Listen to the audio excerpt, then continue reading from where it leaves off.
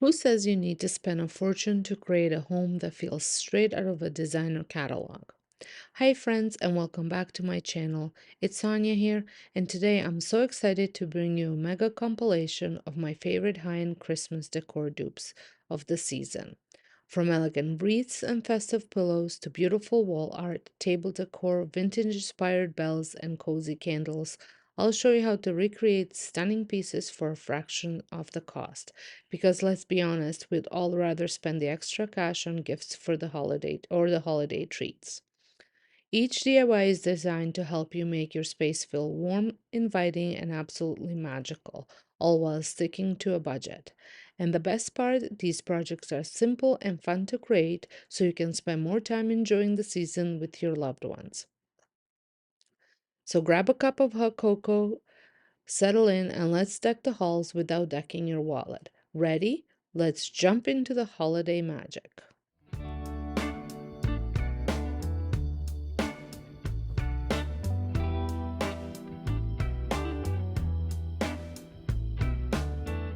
So for my first project, I'm going to be creating the St. Jude candles from a Pottery barn. These are bell-looking candles, and I've wanted to create this for such a long time, all of last year, and I just couldn't find something that would work that I liked. So when my friend asked me if I wanted these, I knew exactly what I'm going to use them for. And I'm also purchased two candles from Dollar Tree, although I should have purchased probably four more. And then I'm going to also add some essential oils to create that cozy winter Christmas scent. So the first thing that I did is I went ahead and I spray painted it. This it will just give me a quick and solid base for these candle holders, and I'm using a metallic gold spray paint to do this. Once the project had fully dried, I went in with a couple different paints just to create that vintage, almost like hammered look that those candles have. So I'm going to be using some metallic, some spun gold, some yellow gold, and then also a metallic cinnamon. And I think this will just give me that look that I'm going for. First, I tried to do it with a sponge brush, which worked okay, but then I went ahead and got my craft brush, craft foam sponge, not brush, and I wetted it, and that worked really, really well. Started off with spun gold, but then I decided to add more colors to it and just blend it in together as I go. So I added some yellow gold, and then later on I add some metallic cinnamon. By blending in all the three colors and plus the base color, it just gave me the depth and it gave me that vintage hammered look that I was trying to achieve. I also wanted to take a moment to thank you all for giving me so much love on my last two videos.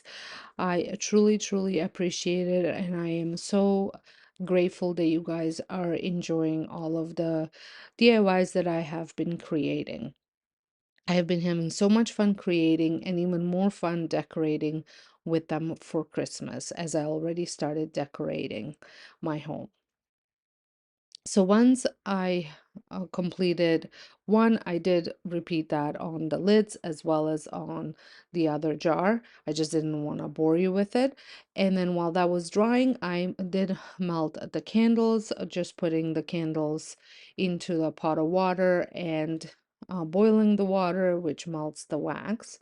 And then I removed the wax strip and added it to my jar, making sure that there was some wax on the bottom of the jar so that way that will act as a glue. And then I also used a stick just to wrap the wick around so that way it stays in place. And then when I poured on the melted candle, because I always forget how much less is in there than what the what it actually looks like once it's solid. So this gave me about quarter of the container of the jar of wax. So I did add a little bit from the other one as well. So that now I have two half full candle holders, which is okay. Next time, because I can always make more if I feel that I burn through it. I don't typically burn through candles a lot because I don't burn a lot of candles in my home anymore, but once in a while I do like to light it up for ambiance. We'll see how much of it I actually use it up. I did end up adding some of the essential oils. I added, well, a little bit more cinnamon than I anticipated because the drops weren't coming out, so I took the thing off of it.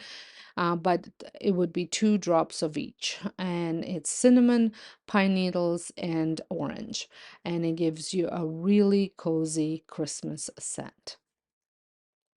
So now I'm repeating the same process for the other jar, and like I said, I filled it about halfway and then I added the rest to the other jar. And then while that was setting, I wanted to do something for this tip of the jar lid. So I decided to wrap rope around it, and I used a little bit of hot glue to secure the first end of the rope, and then I went ahead and wrapped, adding dabs of hot glue along the way, so that way it just stays in place because it was narrow at the bottom and wider on the top. If I didn't add the glue, the rope kept sliding down, so this just kept it in place. And I did the same thing for the other jar lid as well, so that way they match. I'm not sure if I'm going to be using them together when I decorate, but in case if I do, they will look like they are a pair. And to complete it, I added more hot glue on top just to add the to close up the top, and then I tied it in a knot with leaving a little loop on top of it. And I absolutely love the way this turned out. I am quite happy that I finally found something that I liked for this dupe. There are lots of dupes. People use a lot of different supplies for this dupe, but I haven't seen one with an apothecary jar yet. So here's one for you guys. Let me know what you think.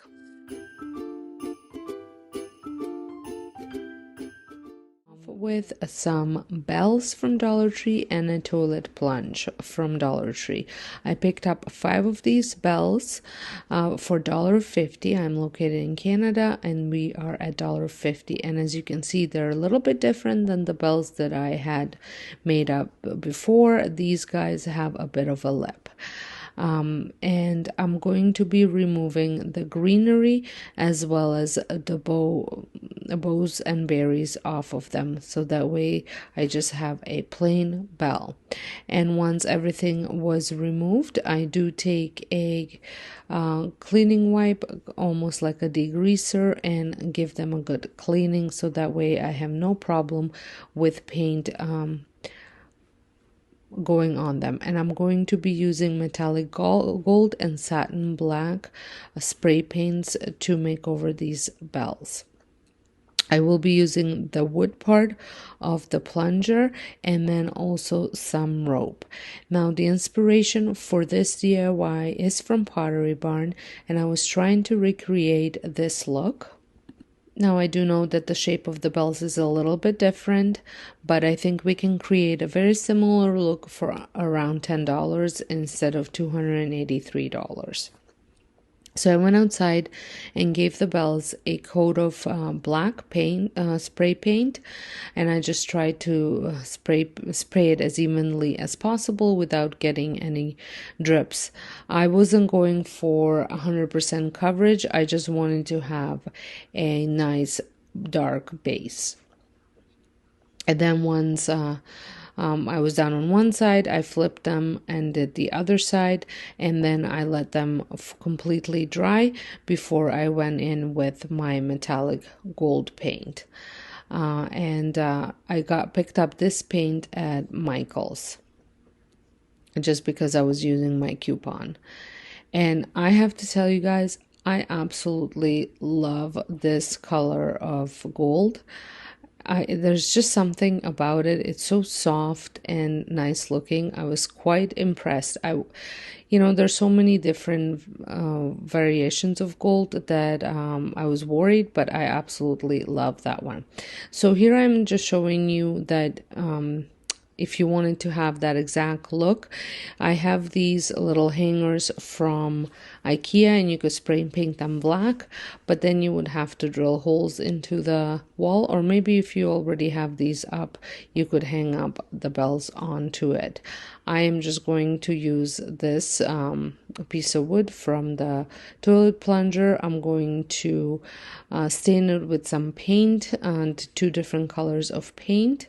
I just want to clean it up before the sticky part, so that way I can apply the paint evenly, and that way I can hang this up wherever I want. It's not restricted to putting screws into the wall.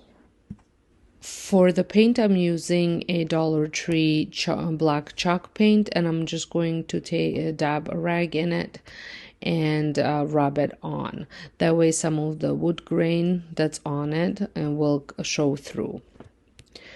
I also want to mention that today's video is in collaboration with my dear friend Sandra from the Schwoman's Nest, or the DIYs at the Schwoman's Nest. I have known Sandra for a very, very long time off YouTube, and now we are obviously friends on YouTube as well. We used to be neighbors at one point, but now we live a couple streets over, and I love Sandra's channel. I think Sandra is one of the most creative people I know. Her DIYs are amazing. So if you have never seen Sandra's channel, make sure you head on over. I will have her channel linked down below for you to check out, and make sure you tell her that I have sent you over there. And if you're stopping by from Sandra's channel, welcome. My name is Sonia, like I said, and I'm glad that you're here. I hope you enjoy my DIYs, and make sure you let me know that you are stopping by from her channel. So once I was done with black chalk paint, I did go in again while it was still somewhat wet and applied some of the metallic gold acrylic paint, same way as I did the chalk paint, just rubbing it on and blending it in. This just made it look a little bit antique in my opinion. And make sure you paint the ends as well. So while I was painting that, my bells have dried completely, and now I'm going to be adding some ropes to them through the exact holes that the greenery was threaded through. Now on the picture, the rope is a little bit thicker, but that's okay. I'm just going to use what I have, and I love the look that it ends up turning out with that thinner rope. So all I'm gonna do is cut rope in 5 different lengths, so that way when I hang them up, they're all gonna hang in drop down in different lengths.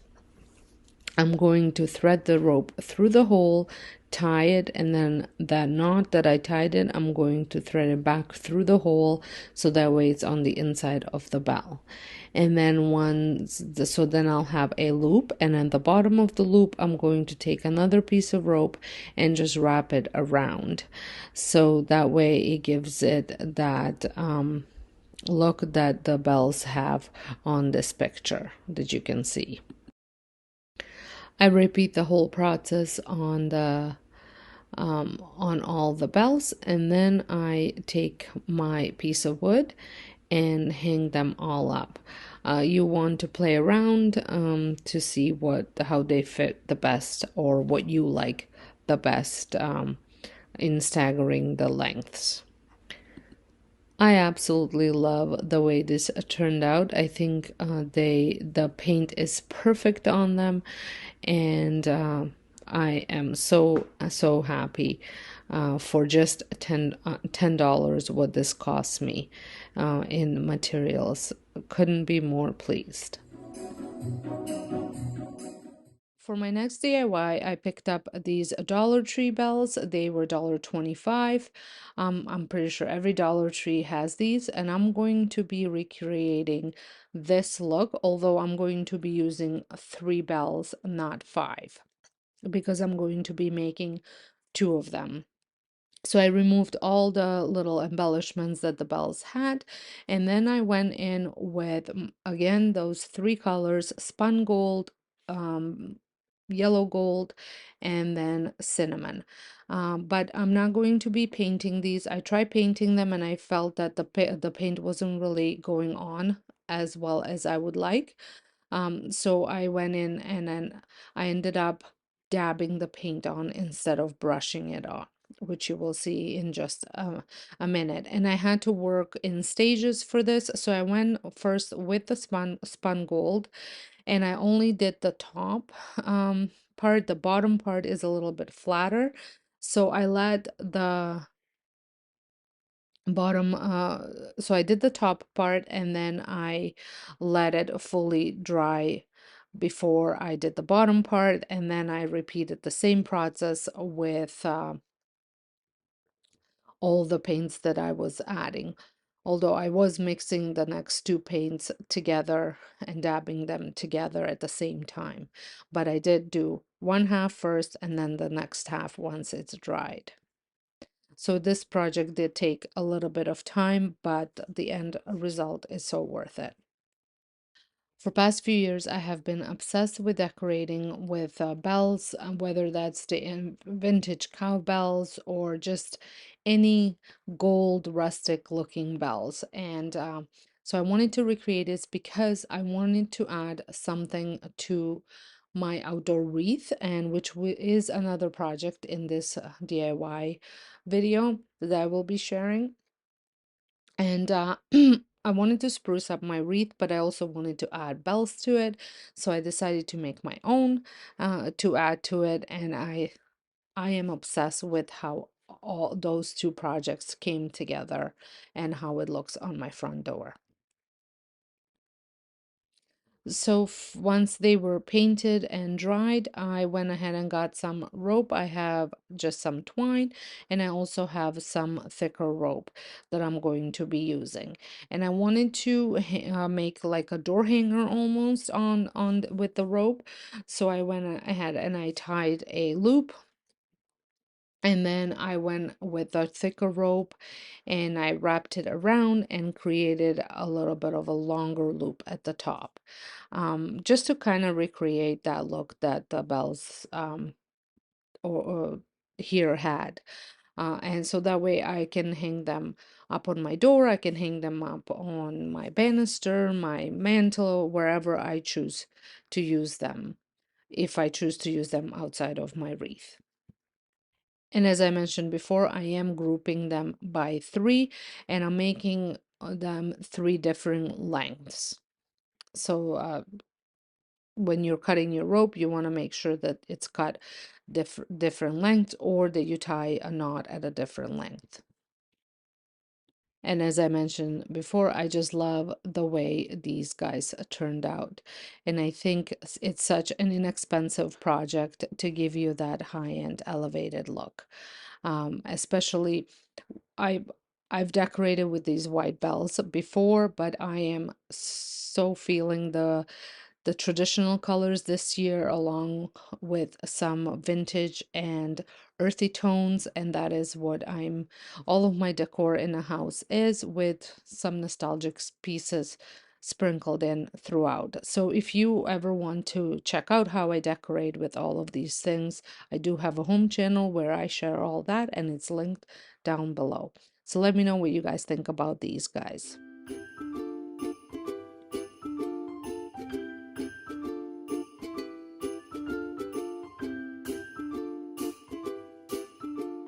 For my next DIY, I picked these up at your dollar store and more, but I have seen similar ones at Dollar Tree as well.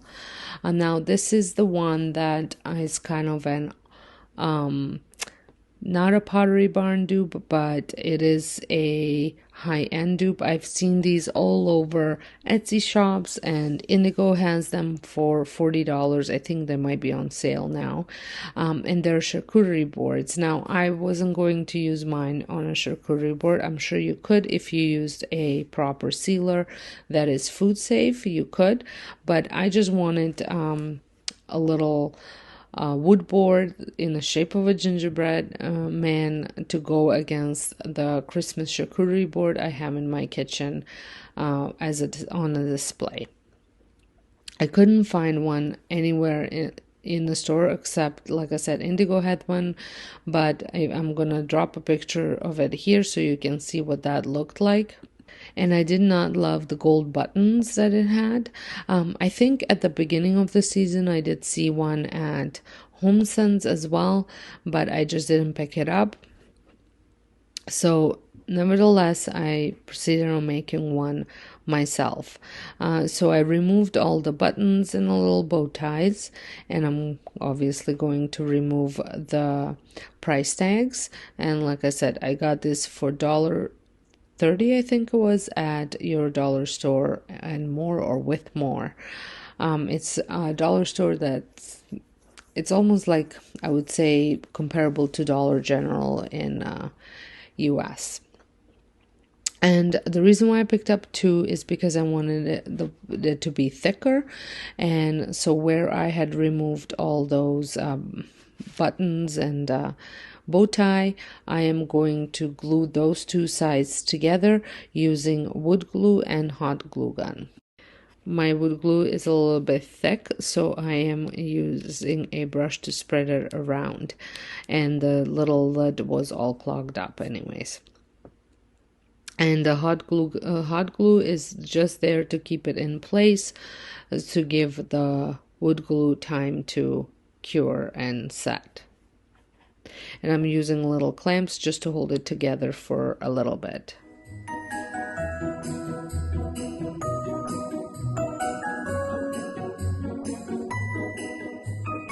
So I will be using the very thin special walnut stain. It is a stain that I have on hand and I like. You can use any stain. You can even use watered down paint if you want. I think you're going to get a very similar look. I am not going to seal this again because, like I said, I'm not using it for anything other than just display. My stain was a little bit thick. I've had it now for almost a year and I haven't used it. So I did decide to put on some gloves. Probably should have put on both of my hands, but just so my fingers don't get too stained. And I really like this technique. I think it shows, even though this is like particle board, it's not really wood. It shows all the little wood grains that it has, and you just want to go in that direction. And I love how simple this project was. I love the way it turned out. It was exactly what I was looking for. And I think it's going to look great in my kitchen. And it cost me $2, $3 tops. And I did decide to stain both sides and then also the sides as well. What do you guys think? I think it looks perfect.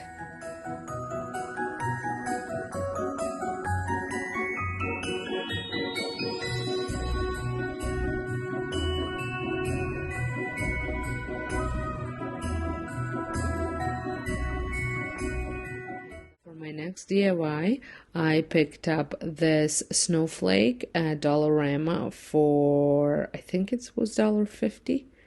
But I do know that, yes, I do know that Dollar Tree carries them similar snowflakes as well. And I saw an inspiration at Kirkland's. And even though this wasn't overly expensive, I think we can do it for a lot cheaper. Everything else, all the materials that I used to complete this project, I had on hand, so really this only cost me $1.50 plus tax. So once I had that pesky tag taken off, I am going to leave the rope on just because I'm not sure whether I'm going to hang it up or just lean it up against something. So I just wanted to have that option. So I went out and I spray painted with Rust-Oleum chalk paint in white. And I just gave it a decent amount to cover everything. And once that was dry, which did not take very long to dry at all. So here it is, as you can see, it's all painted. I only did the one side. I brought it in now. At this time, I thought I was going to sand off the distressing because on that snowflake, it was distressed. It had like parts that were kind of sanded off, but this was not working for me. So I decided to use warm beige acrylic paint and dry brush it on all the edges or wherever I felt like it needed to be brushed on.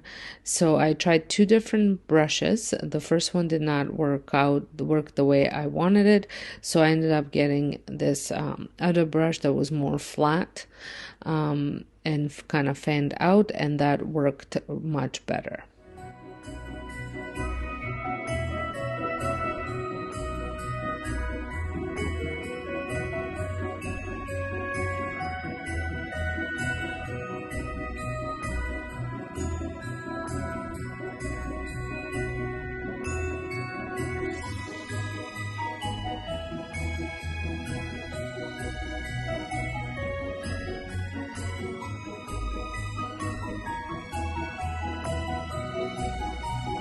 I don't think the warm beige was showing very well on the camera. Even here, you can see it a little bit, but not as much as I would have liked it. But I think it gave the snowflake some dimension, and I love the way it turned out. So for my next project, I use this very expensive wreath for an inspiration from Pottery Barn. And this one is a little bit smaller as I have, I think these are 10-inch round forms from Dollar Tree, but I needed a smaller one because I'm going to be using it on my home sign. I like to switch out the wreath that I use, and I needed one for there because I used the one that was originally there somewhere else in a house. So I went in my stash and I picked up all the berries that I had that were just for crafting. And then for the base, this you can't even see, but I wanted a bit of a solid base for the wreath. I use the pine needles, pine branches from Dollar Tree, and I just had glued them onto the wreath. Before I did that, I did take off some of the other branches off of a garland that I had just to use to add a bit of a different textures. I am pulling these long ones. I did not end up using these. And then I also get the pine cones and the berries all ready for my wreath assembly. So once I had all of my embellishments ready, it was time to assemble the wreath. So like I mentioned before, I'm going to hot glue the branches on. This will create a base for my wreath. It took 5 of these to cover the whole wreath. So once that was in place, I took a berry garland. This is a garland that I've had for probably about 20 some years. I still use it on my family room tree all the time, but I had switched out my tree 2 years ago, so I have a much smaller one. And so I have a lot of these wreaths left, a lot of these garlands left over. So I'm going to add that one to it. I am just removing the end pieces that no longer have berries on them. I'm also removing some berries that were broken.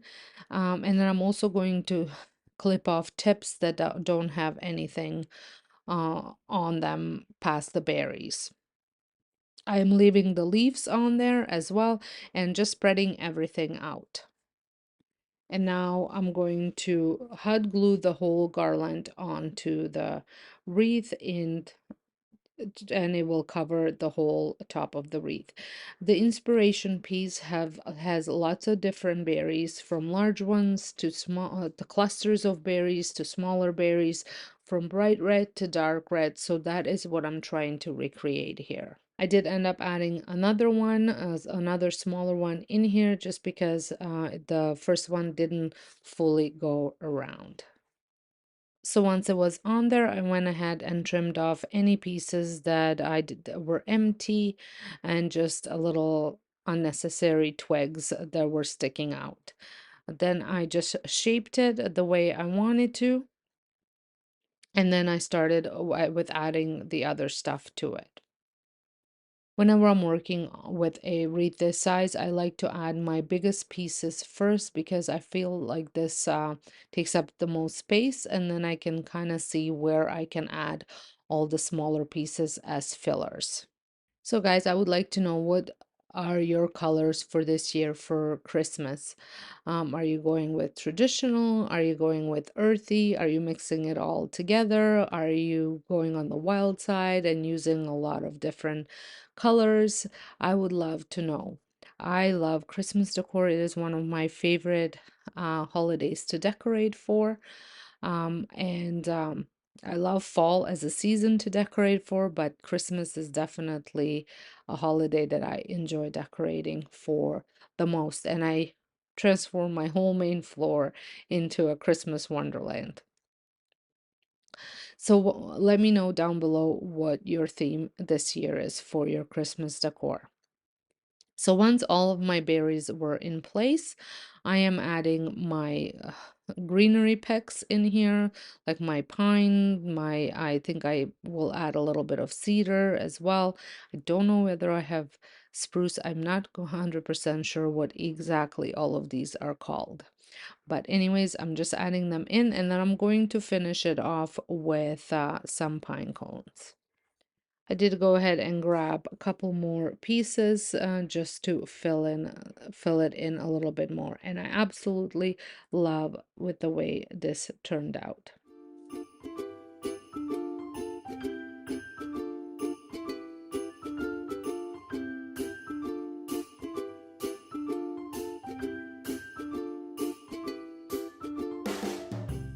This next DIY is probably one of my favorites besides another one of my favorites besides the bells. And we've all seen these Christmas trees. This particular one I saw at Kirkland's, and they are for about 16-inch one. They are about around $40 US dollars. I know the Pottery Barn has their own version. I think even Bed Bath and Beyond, if you have a store like that. We don't anymore. Has one for around $40 as well. I picked this up for, I think it was $3 or $4 at Dollarama, and I ended up painting it with that warm beige and cinnamon bun acrylic paint. I mixed those two together, and then the second coat I did add some baking soda to it, just to add a little bit of texture to it. So once it was dry, I did want to remove that price tag off of it. So like I said, this came from Dollarama, and it was $3, not $4.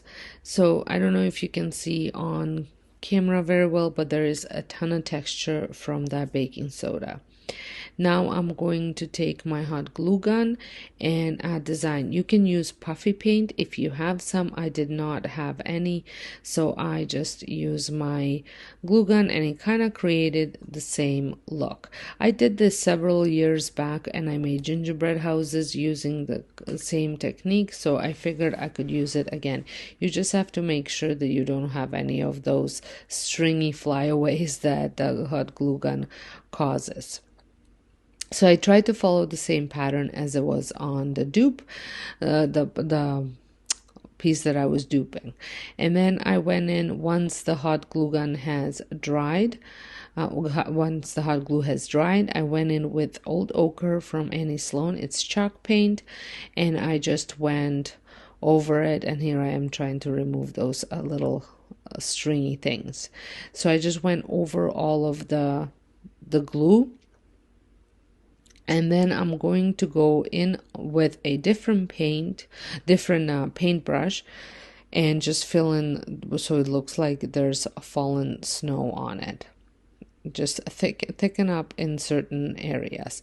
I also covered the little dots with the paint as well, because that's what the picture was showing. It almost seemed like there was maybe some shimmer to it as well. I did not add any shimmer to mine because I'm not the shimmer kind of person, but you totally could add a little bit of glitter while the paint's wet and just sprinkle some on it. I think that would work quite well as well. So this was fairly easy to make, and I think this was very close to the piece that was at the store. And like I said, mine cost me $3 plus tax, and that one was $40. What do you guys think? Did I do a pretty good job in duping this piece? For my next DIY, I picked up these bells. Now, to me, these bells looked fairly new. I have not seen them around here anywhere, but I've seen them online at Walmart, so I'm not sure whether that's where these guys came from. And I just wanted to give them a little bit of a gold color, since that was all the bells in my house were kind of a goldish color. So I tried painting them just with the paint, acrylic paint, and I use spun gold for this. But I did find that the coverage wasn't quite what I was hoping for. So I put one coat of this, just a light coat of just paint on its own. And then for the second coat, once they had time to dry, I added a little bit of baking soda to my paint and painted them with that. That gave it a little bit of texture, but I was still leaving some of that dark bronze to kind of look poke through in certain areas. So for the other two, I just went directly with a thicker paint. I just felt that that worked a little bit better, and there wasn't need to do two coats.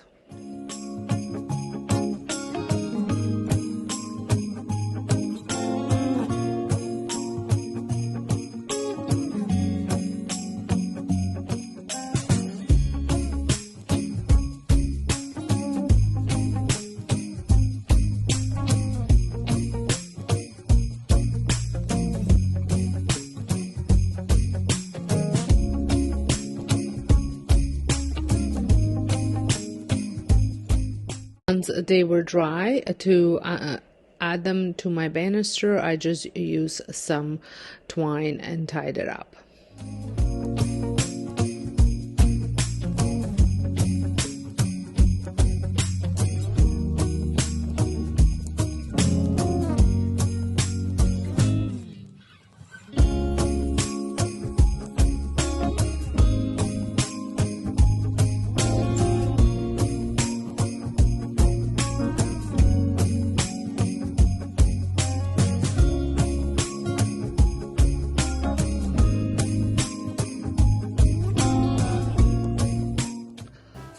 And now we are moving on to my wreath. This might be familiar to some of you that have been around for a while. This was originally Michael's wreath that had a lot of stuff on it. A few years back, I took most of the embellishments off and added extra branches to it, like cedar, and then I also had some pine needles that I added to it and some blackberries, and it's been serving me quite well. But I wanted to spruce it up a little bit, as I've seen this wreath that I absolutely love. Now this one is from Maggie & Co, so I guess we do have one Maggie & Co inspiration here. And so I wanted to kind of recreate it, but I didn't want to go out and spend money on a wreath, because this one was in a perfect shape still, and it's pretty good quality. I did spend about, I think they were about $50, but they did have buy one get one free at Michael's. But I'm talking about probably going back about maybe even 10 years ago. And like I said, it's still in a really good shape, so I did want it to spruce it up a little bit and give it some new life. So I'm starting off with tying up the twine, and now I'm going to take this twine and just wrap it around and make it a fairly thick top. I'm also going to be adding some cedar picks that I have. These came from Timu, which I will show you in just a little bit.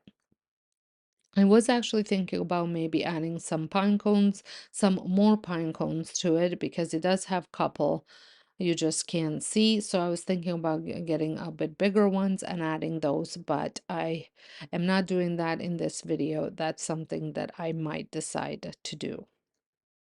Do you guys use real garland wreaths? I did make a real wreath once and that I used on my side door and I loved it and it lasted me the whole season.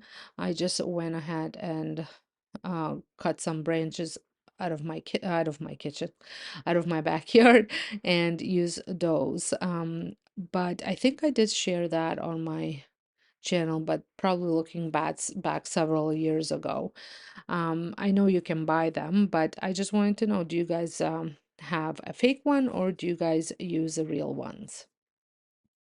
I do love the look of the real ones, and it probably would save me some storage space, but I don't love spending the money every year. So make sure when you are tying these up that you leave yourself an end to tie it to. I kind of wrapped it in there, so I was just trying to tie it to a loop. When I did my next one, I did leave an end. I am not sharing how I did the next one because I it's just a repetitive thing. So I'm sharing with you how I did just the one of them.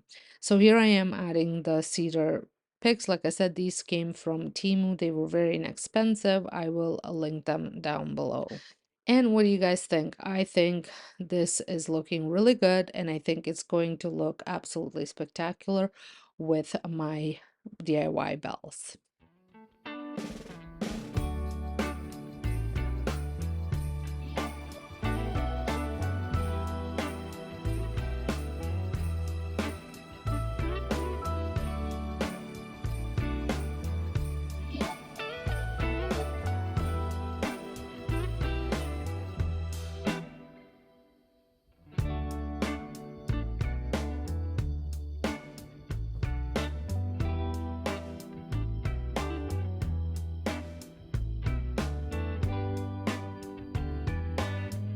The first project I'm working on is something I wanted to create for a very long time. So I'm using some tins, a gift basket, a big gift box, glass bowl, half a plastic ornament, and a styrofoam ball that I cut off just the end to fit on top of the largest canister. I'm going to be hot gluing these items to the top, so you want to just find something that creates a dome and it fits perfectly on the top of the canister that you are using. I'm using variety just to get the different heights. And I'm going to be recreating these vintage cowbells. These are large cowbells, and here in Canada, they're hard to come by. So always have to resort to shopping online. And on Amazon, they're around $50, and they go all the way up to Wayfair for over $200. Now, I'm recreating this for free because I did have all these supplies at home on hand. You don't have to use tins, you can use anything that resembles the bell base. And then for the dome, same thing. You can cut off foam balls to put on top, even the foam balls that the bouncy balls that are kind of squishy, they work well as well. Anything that creates that dome shape, like I said. The next item that you're going to need is a drywall compound, and this will blend the whole thing together. Um, so that's why I didn't remove any stickers, and the David's tea canisters have the David's tea writing. It's a little raised, so I didn't worry about any of that because the compound will cover it up. And you can also use a compound to create that hammered metal look that those bells have. You can make it as smooth as you want or as rough as you like. I went with a more of a rough look because that's what I prefer, but the beauty of creating your own DIYs is that you can make them look any way you want. I even added a little lines at the bottom because some of the bells that I've seen have those kind of uh, a divot at the bottom, so that's what I created, and they're a little bit of chunkier on top to create the line that they have on the original pieces. Like I said, totally up to you. This is simply an inspiration piece that I'm trying to recreate. So I did this with both of them and with all three of them, and you have to allow 24 hours of drying time, especially if you go heavy with the drywall compound. You don't have to have the large container of it. Those small ones that are pink and then turn white when they're done will work just as well. I just had that on hand. Next item that you're going to need is some sort of a roll. This could be toilet paper, paper towel. I am using a shelf liner roll just because I do use a clear shelf liner for a lot of laminating stuff for my daycare supplies. So I always have these rolls on hand and I use them for different crafting with the daycare as well. So I'm cutting off 3 rings. I did end up cutting four because one of them did not turn out. And then I also had to go in and trim it. And this is simply because that roll is quite hard and it was getting squished and a little misshapen. And then I cut just one right in the middle and one cut to open it up. And this will be your loop for the top of the bells. So I'm going to use hot glue gun to glue these on. You want to allow the hot glue to completely dry before doing anything with them. Now I'm going to paint them, and for painting I am going to mix up 3 different gold colors. One is spun gold, the other one is yellow gold, and the third one is metallic gold. And this just gave me different dimensions on the bell with almost like different shading, and that is what I was trying to achieve. So I'm not blending the paints on a plate together. I'm going to be dipping my paintbrush into all 3 paints at the same time and then painting with it. And I love the coloring that this created. Outside, the snow is falling down and every child is having so much fun. The snowman is twice the size as me with a smile as quirky as mine. We're holding hands to keep each other warm while we stand and watch a choir performing all the Christmas songs that we love. Yeah, all the Christmas songs that we love. And in a while we're gonna go inside and drink our chocolate by the fire. And here they are all painted. And now to add a bit more depth to the design to the bells, I am adding some iced cappuccino, which is just a nice shiny brown color. And to it, I'm gonna add brown umber or burnt umber to just darken it up a little bit. And I'm just going to place this color, this paint on random spots. And then I'm going to take a wet paper towel and blend it all in. This will just give it a little bit more depth, kind of accenting all the different textures that are on the bell. 'Cause all I want is to spend this day with you. Let me give you a Christmas, a moment we'll fill with love and joy. And to complete the look, I tied some rope to them. I think this turned out so nice, and I think it's a great dupe. And if you love bells as much as I do, then definitely give this project a try. And I also want to mention, if you want to see how I style these in my home, make sure you check out my home channel where I share all of my decorating ideas, tips, and I have picked up this wreath ring a while back at your dollar store with more for $3. and it was a gold color, which is what I needed, so it worked out perfect.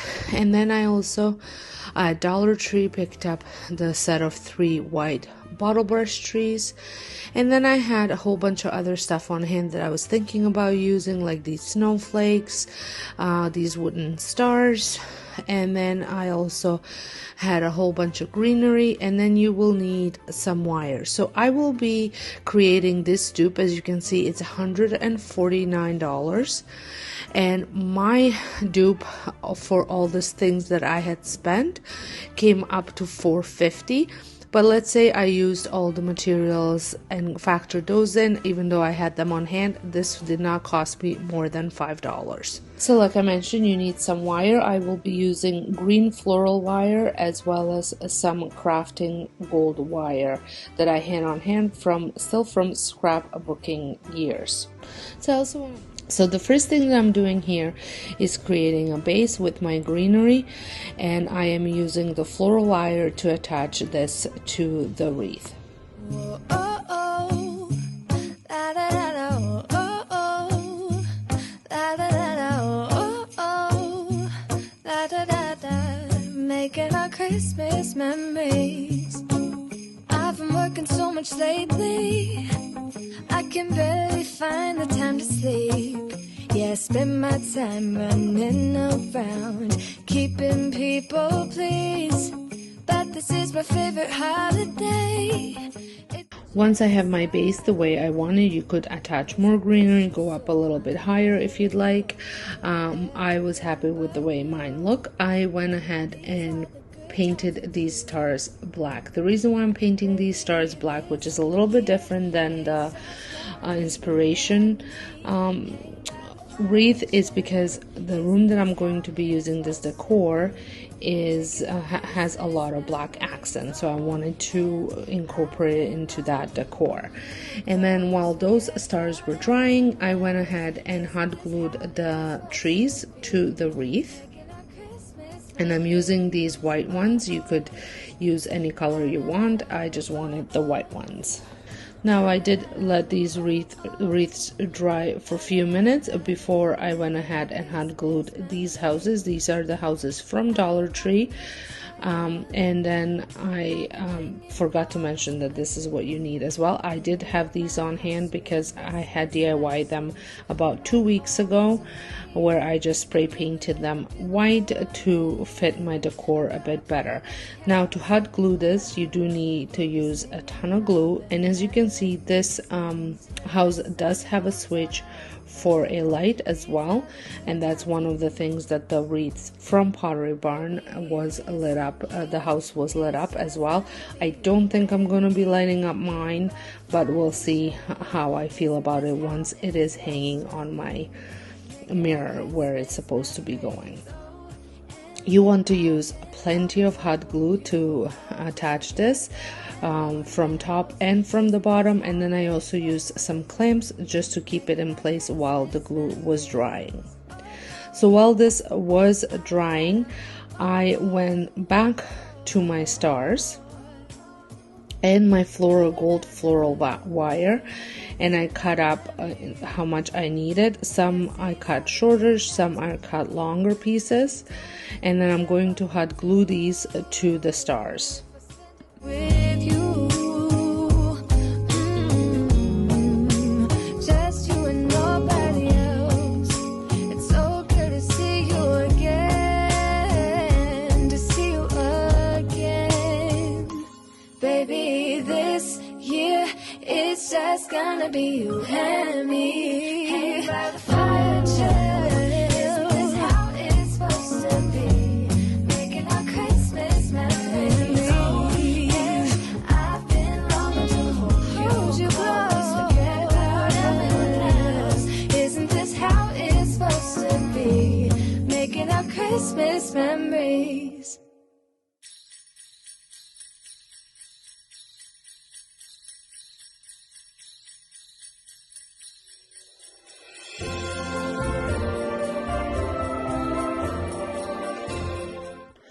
Now I'm going to go back to my wreath and wrap the wire around the wreath in different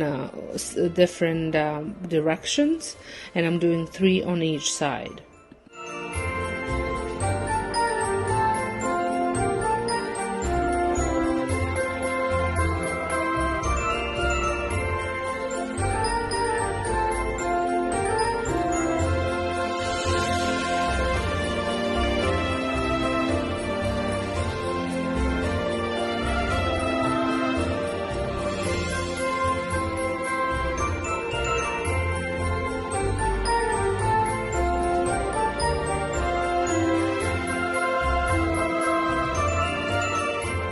Now to complete this look, I did add some black ribbon to it, and I absolutely love the way this turned out. For $5, I could not be more happier. So what do you guys think? Like I said, those black stars and the ribbon can be done in any color that you want. But I do think that my dupe came out pretty close. What do you guys think? For my next project, we are going to be making some ribbons. This is simply for the convenience, not necessarily saving money, although I am saving money because I've had the supplies on hand. And the one thing that's really popular is a linen ribbon this year. Amazon does have a great selection of them, and they're not overly priced. As you can see, a spool of it is $17.99 on Amazon Canada. Sure, it's cheaper on US site.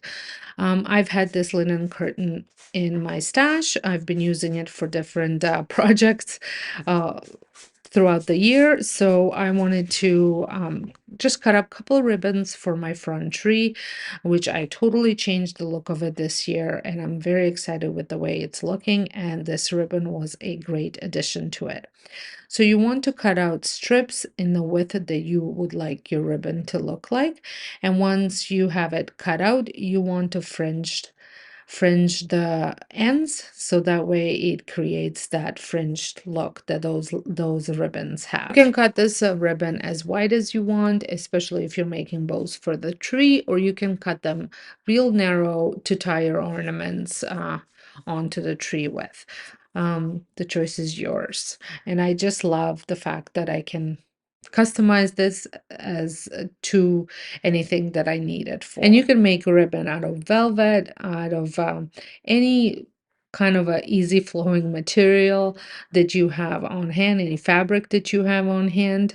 If you want to reuse some of that fabric that you may be just having laying around your house. I like making pillowcases out of curtain fabrics. I like just for decorations, obviously. They're great. You can even make tree skirts with random fabric. It's really versatile what you can make out of, and it's free.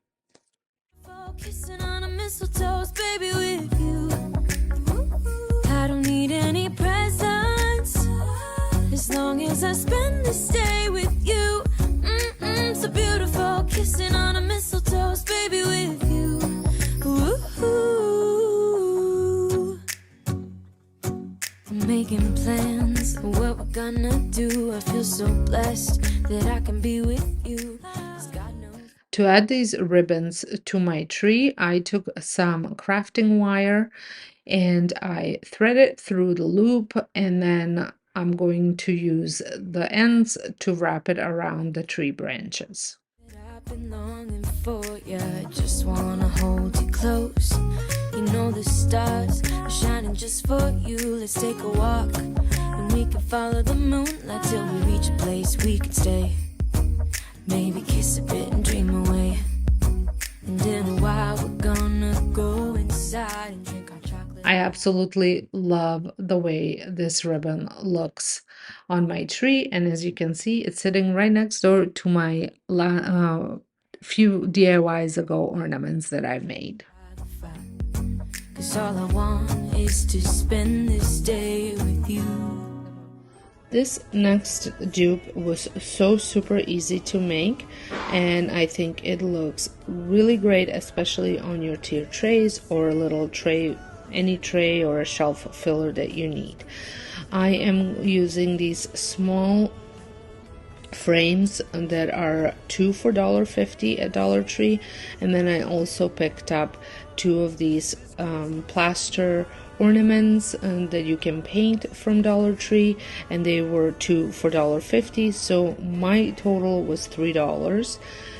Set of two at Pottery Barn was $1.83. Now these are bigger, I give them that, but I still think that mine look very much the same, they're just smaller.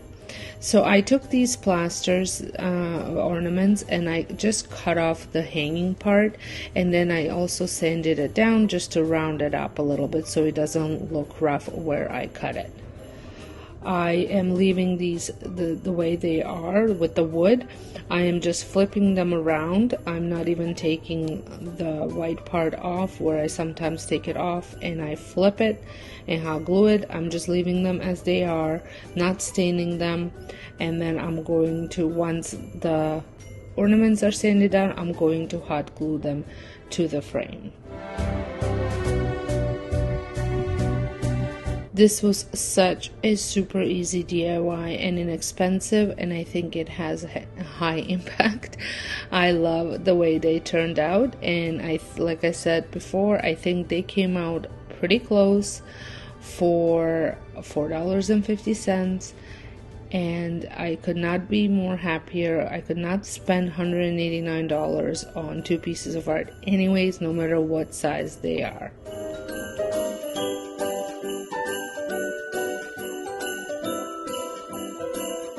Now, to add even more twinkle to my DIYs, I am going to be recreating these LED fog branches from Pottery Barn.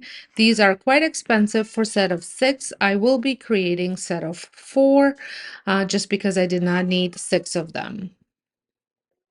I was thinking of painting the branches black, but then I decided just to leave them as they are. They are just clippings from my garden. And then I'm also going to use some lighting. I picked these lights, LED lights from Dollarama for $2.50. They are on a timer as well. So I thought that's a great thing because I can just place them, turn them on, and forget about them. And to attach them to the branches, I'm going to use craft wire that came as close as possible to the color of the branches.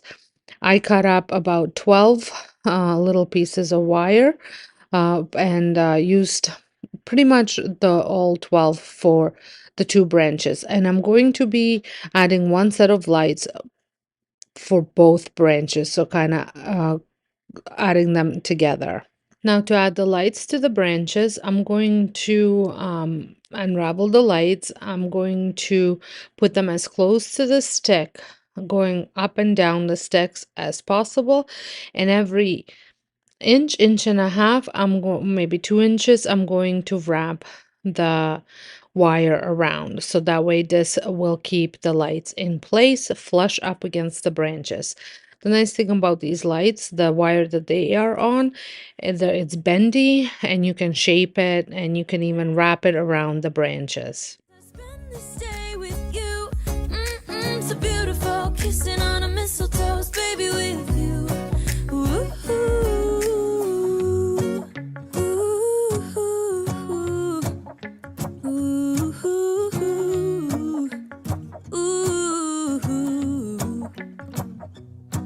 and in a while we're gonna go inside and drink our chocolate. Now, when I get close to the end of the first stick, I'm not going all the way down because it's not necessary. Because that's going to be the part that's going to be submerged in a vase.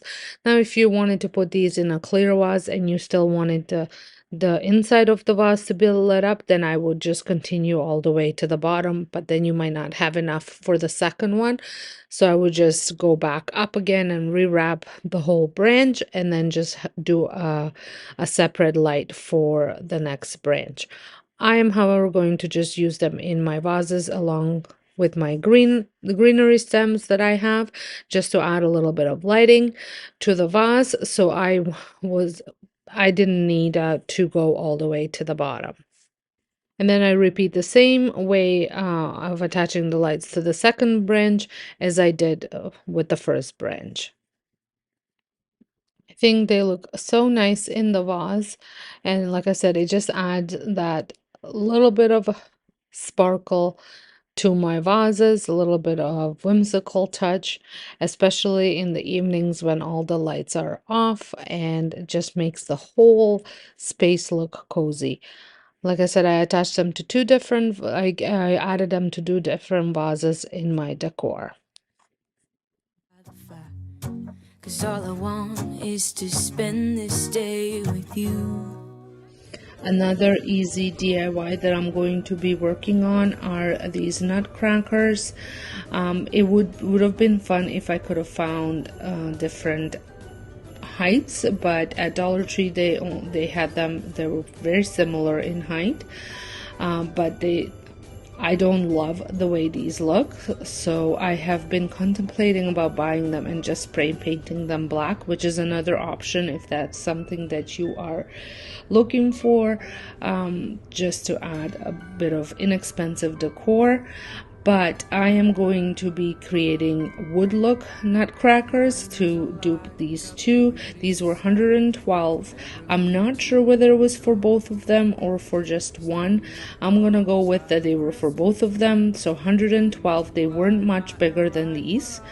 But after I am finished removing all this hair off of them, I'm going to give them a generous coat of chalk paint. I'm using a cocoa chalk paint. I think that's what it's called, from Annie Sloan. It's a very beigeish brownish paint. You can use any one that you have. I would just recommend that if you are using acrylic paint, to add some cornstarch to it. This will give you texture, and with the brush strokes it will create that almost wood look.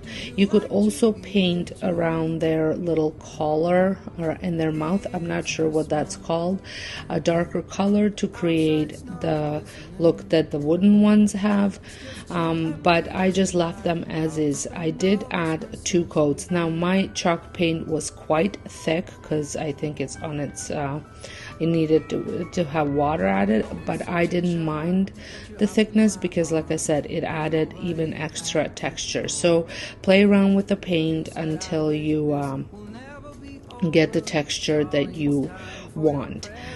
I recommend adding cornstarch to your acrylic paint. If you don't want to do that, spray painting them will just work just as well. It will probably be a lot faster, considering I did 2 coats of this paint, but you might not get the brush strokes and the texture that creates that wood look. I absolutely love the way these turned out. I think they're such an easy DIY, a great dupe.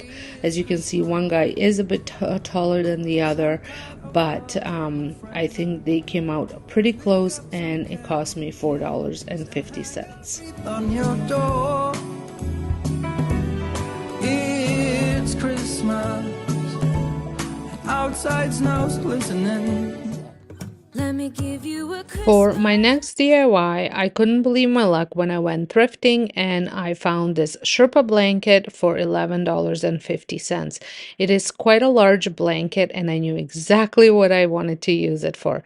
And I wanted to create Mr. and Mrs. Spice from Pottery Barn. These are $90 each, and I knew I could create this with using about a quarter of this blanket and some ribbon.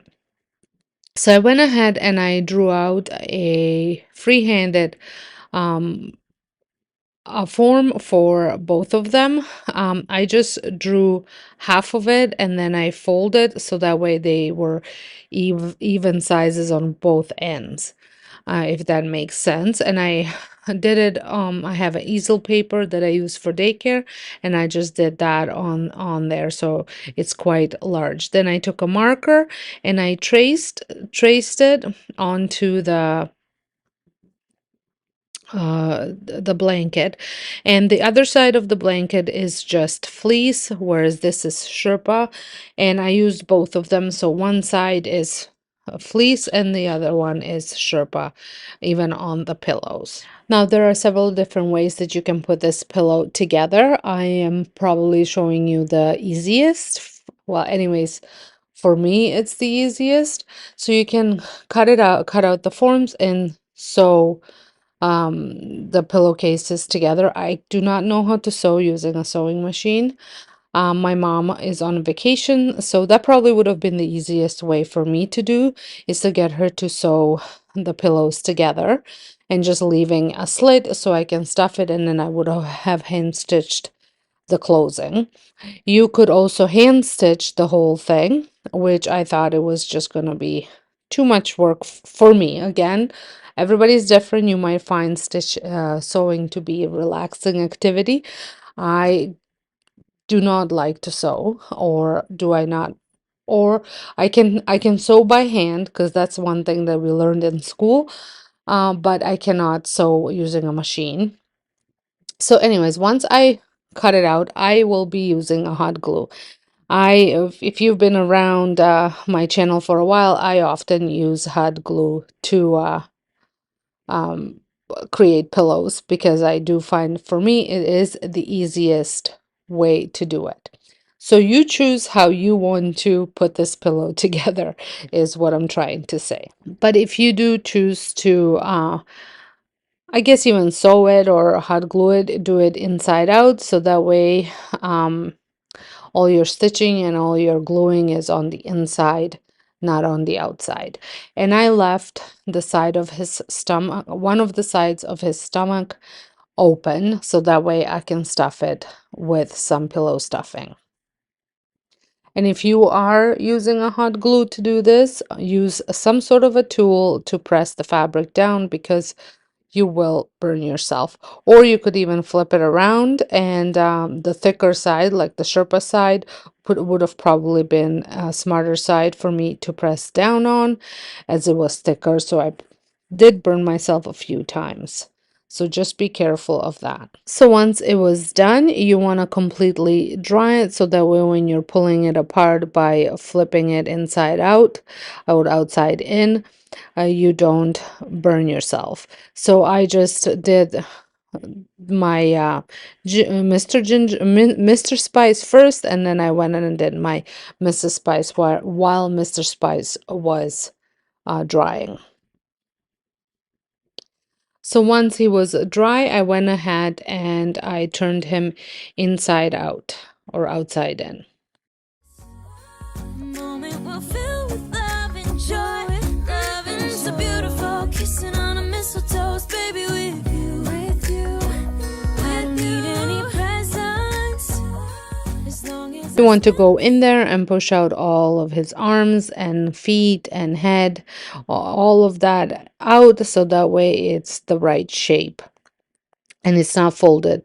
Also check around and see if there's any holes that maybe came apart. I did find two, which is not a big deal. Just add a little bit of glue to it, so that way you close up the holes so your stuffing doesn't poke out. Before you stuff him, you do want to add your embellishments, like your eyes, your buttons, and the little designs on his arms like he has on the Pottery Barn website. Um, I don't know what I was doing here. I was trying to figure out the middle for the eyes. Now I use ribbon for this. You can use fabric, you can use felt, but for Mr. Spice, I did ribbons and a fabric for the eyes, and then for Mrs. Spice, I used just paint. Now, the reason why I ended up using paint for Mrs. Spice is because I wasn't loving how the hot glue was a little bit showing on the ribbons. And one way to avoid that is you can sew these in. You can also use fabric glue instead of the hot glue. That would probably be your best bet if you don't want to sew this on. If you are going to sew this, I would recommend that you do this before you put the bear together, so that way it's a little bit easier for you to sew just on the Sherpa side before you put the bottom side on, because then it's going to be hard to get the needle out if you have it closed. So that's just a little tip. You can either you can also is it embroider it like or is it cross stitch? Which one is it? I do not know. Let me know which one that is. Uh, all the designs as well, which I was contemplating to do. I know exactly what I'm talking about in my mind, but I do not know how to say it in English. But so I was planning on doing that, but then I just thought this would be a little bit easier, and I also didn't have all the necessary thread to do that. So I went ahead and I cut out some buttons, and then I also cut out I was going to use the eyes ribbons for the eyes, but then I saw that it was a little bit too small, so I went and I just got one of those fabric rolls from Dollar Tree and cut the eyes out of that.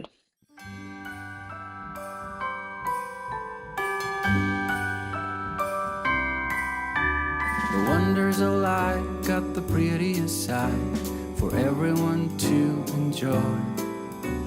Standing up close by the Christmas tree. I also cut the mouth out of the fabric instead of the ribbon, because I found the ribbon wasn't I couldn't get the ribbon to curl up, so he looked more angry than smiling. Glimmering light, I am right where I wanna be. I will be home for a couple of days. Wander around with you. You and me in the cold, thought it'd never be true. Wherever I go, I got you. Oh, I have stopped running, there is no way trying. You better loosen your belt. Drinking hot wine by the fire, don't care of anything else. It's Christmas and some kind of love, my friend. I'll pray it will never end. Do you like to be here too? It's Christmas and outside snow's glistening. It's just you and me tonight. I'll spend all this Christmas with you. So once all the stuff had time to dry, I stuffed the bear, and I just used stuffing from an old pillow. Oh, it's such a charm, got you up in my arms. There's nobody at the door. You said I wish this will never be over. Darling, it's time for your present. Come over here. Now it is time to get out in the snow, lighting a light with you. Choirs will sing and the joy bells will ring. Nobody loves you as much as I do. It's a wonderful feeling from floor to the ceiling. Once he was stuffed, I just had glued the side, and then I just tried to spread out the stuffing as much as possible. These are decorative pillows, not to sleep on. And here they are. What do you guys think? I'm not sure. I do love how well the white shows against the brown on the Mr. Spice, so I might go in and add those to Mrs. Spice, but I think she looks cute as well. It looks better off camera than the camera is showing it here, but I love them either way. For my next project, I picked up these tapered candles, and I love the little design on them. They have stripes at Dollar Tree. And then I got some hot water. I did boil it and let it cool off, and I'm going to be making these Christmas tree candles. I let this sit in the hot water for maybe 45 seconds, and then I took a knife and I just made cuts. Now you want to make these cuts fairly deep. If you want them to lift up, you can just curve your knife up and they will lift up a little bit, or you can just go straight straight up, so that way they are just cuts without lifting too much. I did have to put these in as I was working with them, just to melt it a little bit more. As it cooled off, it went hard as a wax would. So I just went and did this all from the top to the bottom, doing these cuts. I think these turned out really cute. Definitely worth trying out. I probably next time wouldn't lift them up as much as I was lifting them here, but I am planning on making more as I love them. I love the way they turned out. I styled my coffee table with these in my living room. Time of the year, drinking hot wine by the fire, here on our own. You need some, I am using some of the drop cloth that I picked up at Dollarama, and the whole piece, I think it's 8 feet by 10 feet, is $4.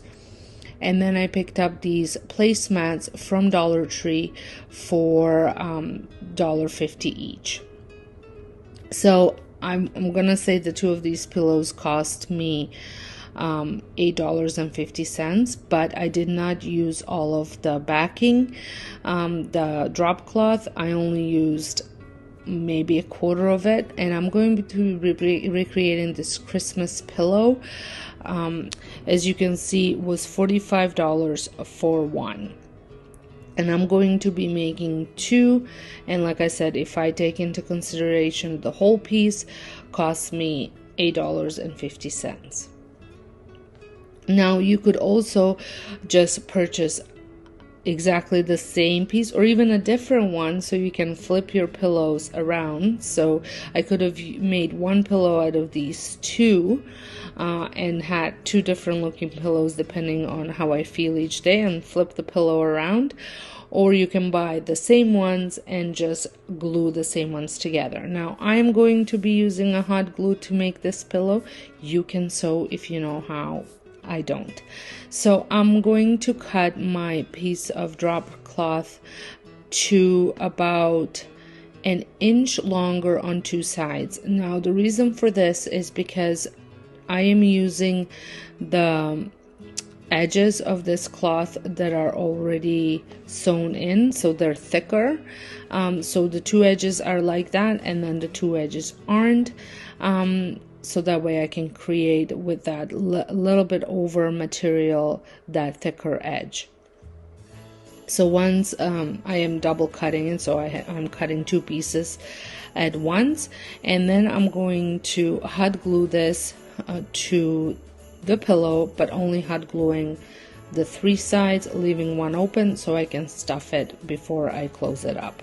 You can also make these as pillowcases if you have pillows that will fit inside that case. I didn't, but I did have pillow stuffing, so I use that.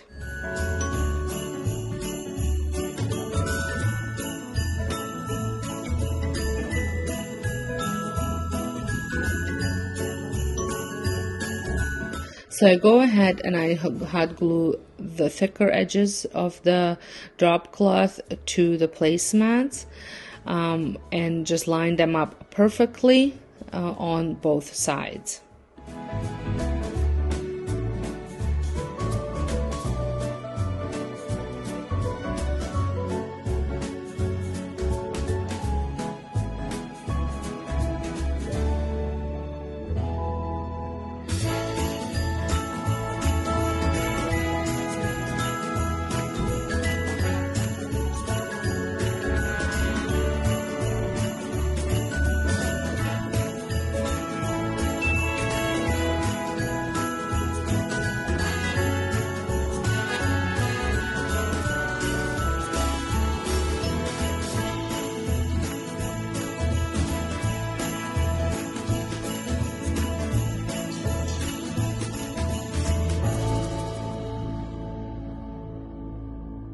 For the shorter side that is cut, I am folding it over and lining it up perfectly, and then I'm going to hot glue that in.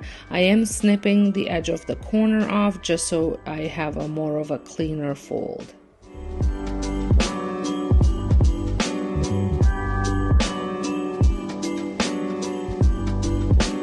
Now before I hot glue it completely shut, I do stuff it with some pillow stuffing.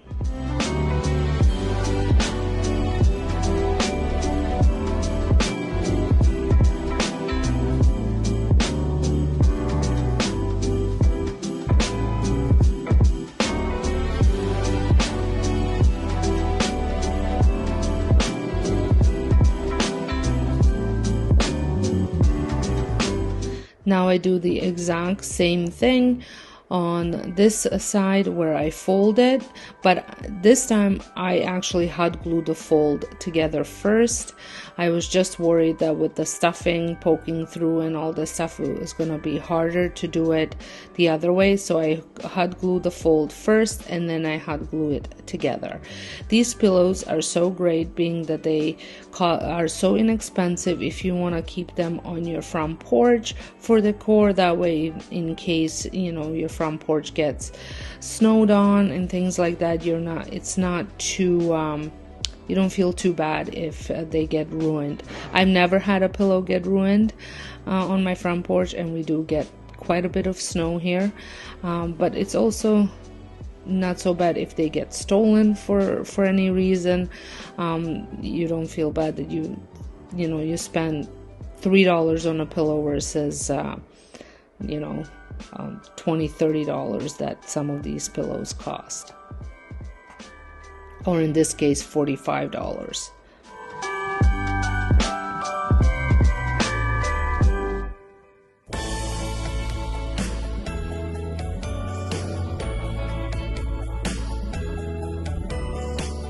Did not go through the full tutorial on the second one, but I did make the second one as well. Dressed in golden red, garlands and ribbon thread.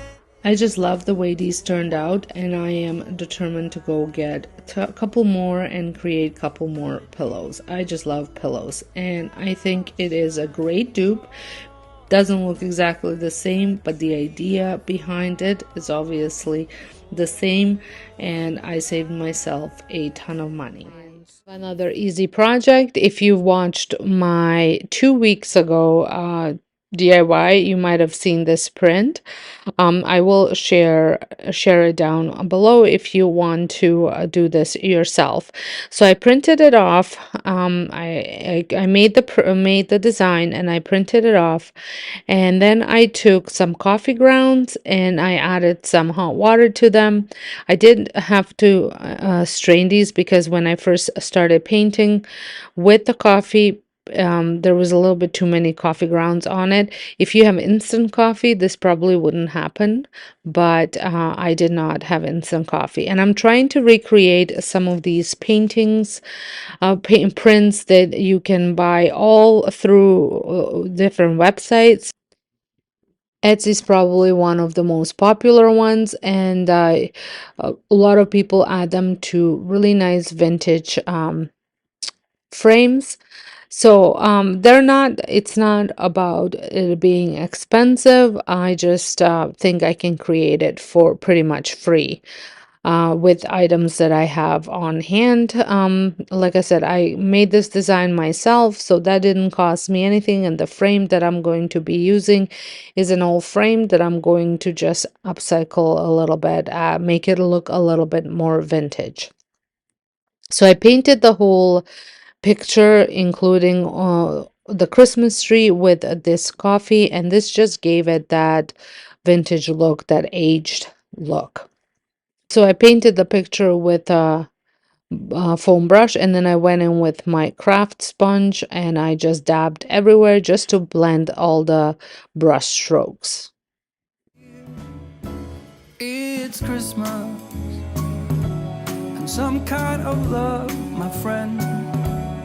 Pick up some candy canes and hang a wreath on your door.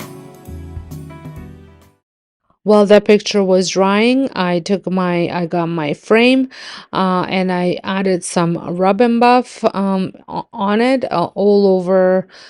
I went in all over that, especially into the little roses that were on the frame, just to really um, have it pop. It's Christmas, outside snow's glistening. It's just you and me tonight. It's just you and me tonight. It's just you and me tonight. I'll spend all this Christmas with you. So once I had most of the frame covered, I went in with some of my spun gold, and I just touched up in certain spots, not all over the place, just in certain areas, just to give it that little bit of a, uh, what would it be called? A vintage depth.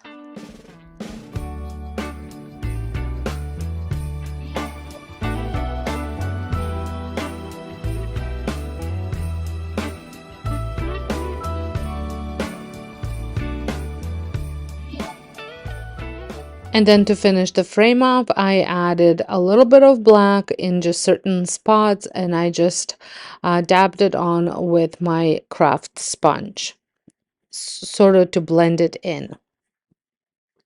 And I did dab it into the paint, and then I dabbed it off onto the box just to so I don't have a big blob of paint. Merry Christmas, baby. Reindeer's coming out to play.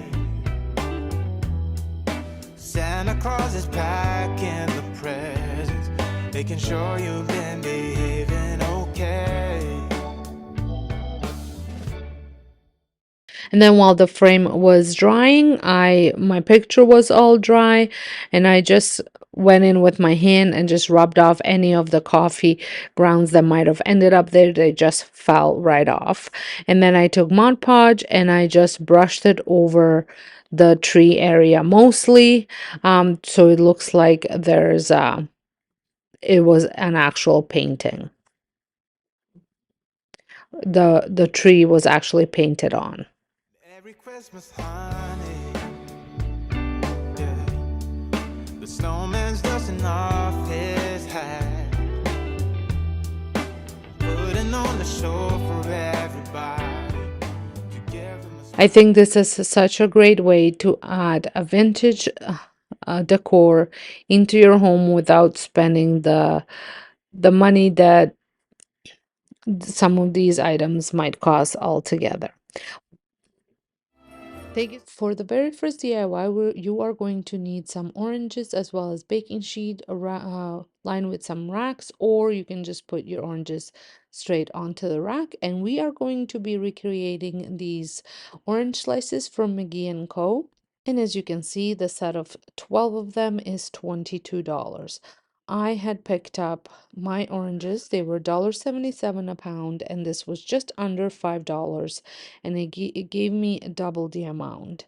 You're also going to need some twine so you can attach it to the dried slices so they are able to be hung as ornaments. I am using half of them as ornaments and half of them will be as bowl fillers. So you want to slice your oranges about 1/4 inch, and I did measure just so I can get a guide, and then the rest of them I just sliced using that first one as a guide. You can put these directly onto your oven racks in the oven. I just thought it might be a little bit less messy if I lined my baking sheet with parchment paper and then I added some racks to them. These are racks from our smoker, stand-up smoker, and they fit perfectly onto my baking sheet. Once I had sliced all of my oranges, I'm going to add them to the baking sheet. Now you want to preheat your oven to 200 degrees Fahrenheit. Mine KitchenAid Pro Style oven did not have a 200 bake setting, but it did have a warming setting and proofing setting, and warming setting is at 200, so that is what I turned on for mine. When you are doing this project, I just want to let you know you want to give yourself plenty of time. I'm talking 6-7 hours. It is a very easy project to do, but it does take time. So if you do not want to leave your oven unattended, you have to be home for the duration of, and it took, for me, it took 6.5 hours. And then I had two or three of them that were a little bit thicker, and I had to leave those for a little bit longer. I have read blogs where they said it would take 4 to 5 hours, and some did it at 250. Now, some of them said not to do it at 250 because that's when they will burn a lot easier. Whereas if you do them on a lower for longer, they won't burn as quickly. So you do have to keep an eye on them once you are approaching that 5 or 6 hours. I would say at 5 hours, start checking them. If you've never done this, I would start checking them at 4 hours just to make sure, depending on what your oven is like. But before I put mine in the oven, I did take a napkin and or paper towel and just dried them all up, just the tops because they are very wet. And I think this does help the drying process as well. You can also use your dehydrator to do this if you have one, or your air fryer also has a dehydrate. Um, well, mine does. The Ninja Double one has a dehydrate setting as well. However, I would not be able to put all of these into my little drawers on the air fryer, so I chose to do it in the oven. And here they are. This is what they look like once they were dry, um, or baked. I did read somewhere that you could sprinkle right when they come out and they're hot. You could sprinkle some powdered sugar onto them, and they will give them a shiny look. However, I was a little bit afraid of doing that for storage purposes, that it might create some mold. While they are stored away. Not sure if that would happen. If you've ever done that and stored them successfully in a Ziploc bag with your Christmas decor, let us know down below. I did take a large needle and cut up some twine to the length that I thought would be great for hanging. However, I could not thread the twine through because it was a little bit thicker than the opening, so I did just wrap it around and pushed it through, and that seemed to have worked. You could also use a hot glue gun and just add a little dollop on top and attach your twine to that. I thought this was a little bit nicer looking than having that hot glue on there. I know that Mickey & Co., the price wasn't that astronomical at $22 for set of 12. However, this was um, a lot cheaper, at $5 for the double the amount. And the plus part of this was it made your house smell so nice. And I think that this DIY, these ornaments are gonna look great with my theme. I'm going for more of a natural rustic look this year. I've kind of went that way last year as well, but I am focusing more on it this year than I did last year. Like I said, I love the way these turned out, and I think they are going to look great on my tree.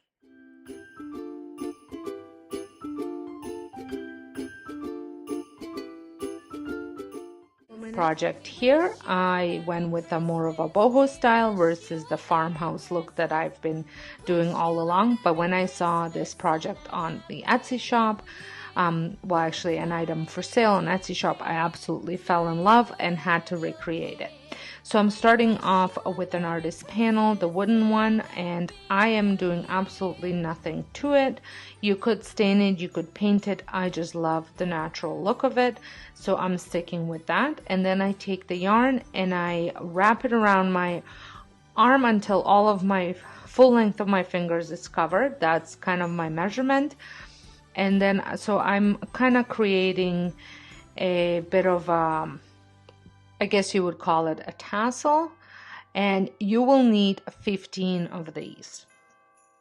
So I tied the top, creating a bit of a head on top, and then I cut the hooped part just so they're all hanging individually down, not hooped up.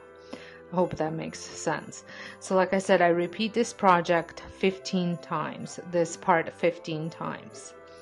And once I am done, I pretty much almost used the whole yarn. You can see the piece that's left. I take a piece of just a little branch that I had, and then I kind of place where I want things to go. So at the bottom I am putting 5, then I follow with 4, 3, and 1. This was very simple to make, however it took some time to create those tassels, because you had to do it 15 times. If you went with a smaller artist panel, you can definitely cut the amount of tassels you need, hence the amount of time that it takes to make it.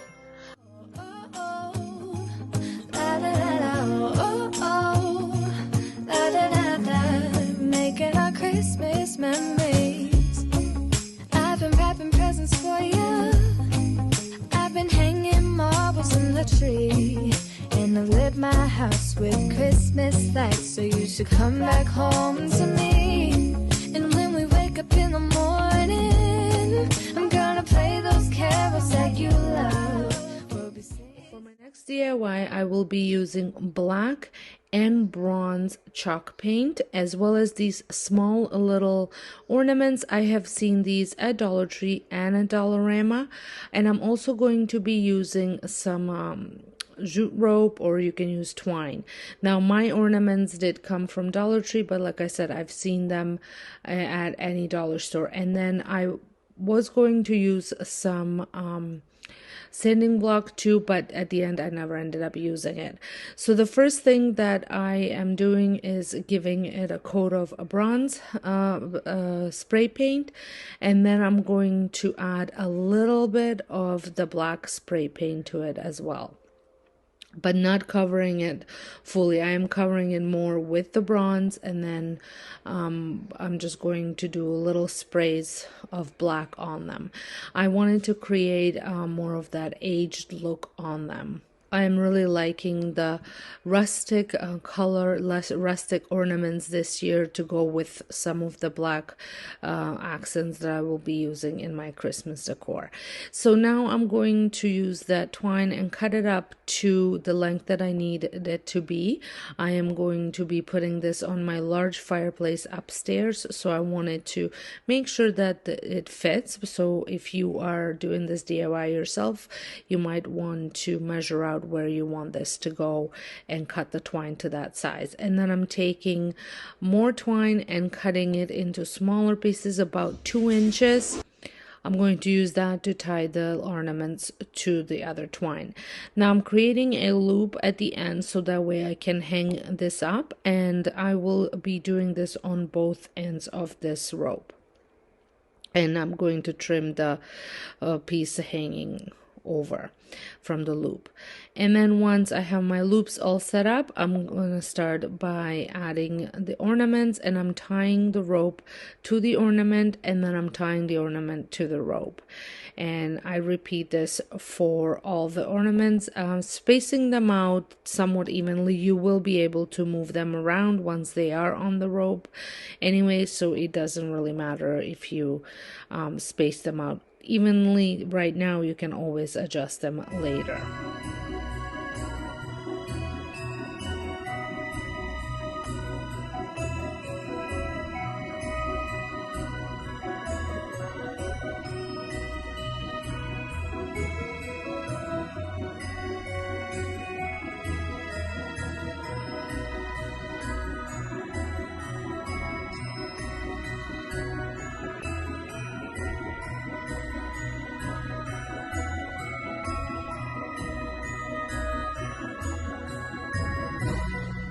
If this is your first time stopping by my channel, welcome. My name is Sonia, and on this channel you will find tons of home decor DIYs from seasonal to DIY projects around the house, as well as just a general DIY decor.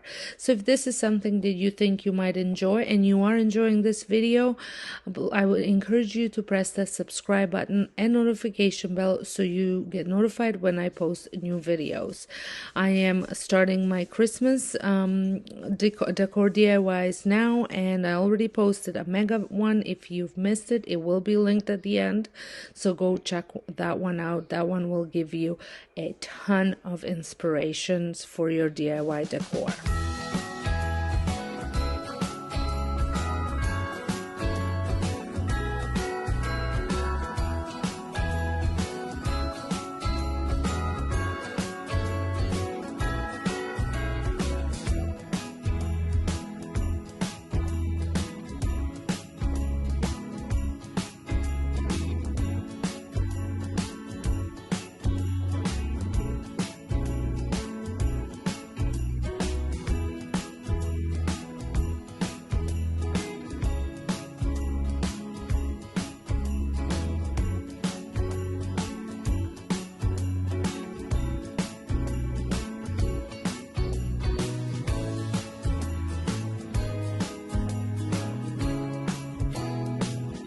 I just love the way this garland turned out, and I think it's going to look so good with my brand new cedar garland that I had just purchased. For my next DIY, I couldn't believe my luck when I saw these 3 bells on Facebook Marketplace for $10. I was very excited and knew exactly what I wanted to do with them. McGee and Co. in their catalog has these 3 rattan bells for $188.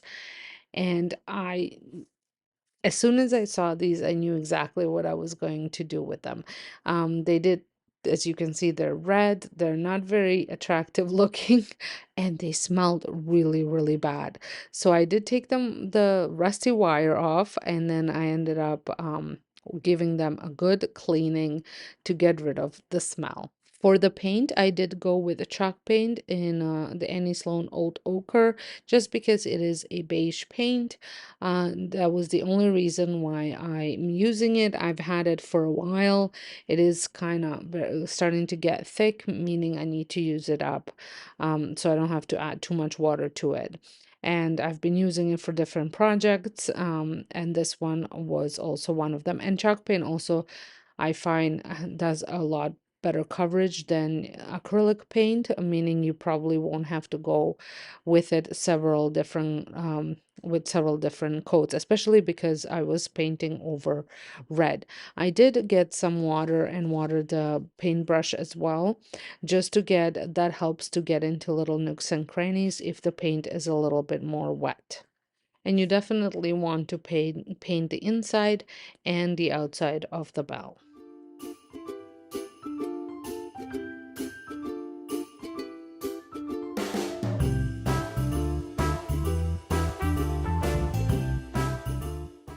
Once all the 3 bells were painted and they had some time to dry, I went in with some brown and then also added a little bit more of this old ochre to it, and some water, and I just dabbed it with some paper towel, water, and then into the brown paint, and just to add a little bit of depth to the paint, and so it's not so beige.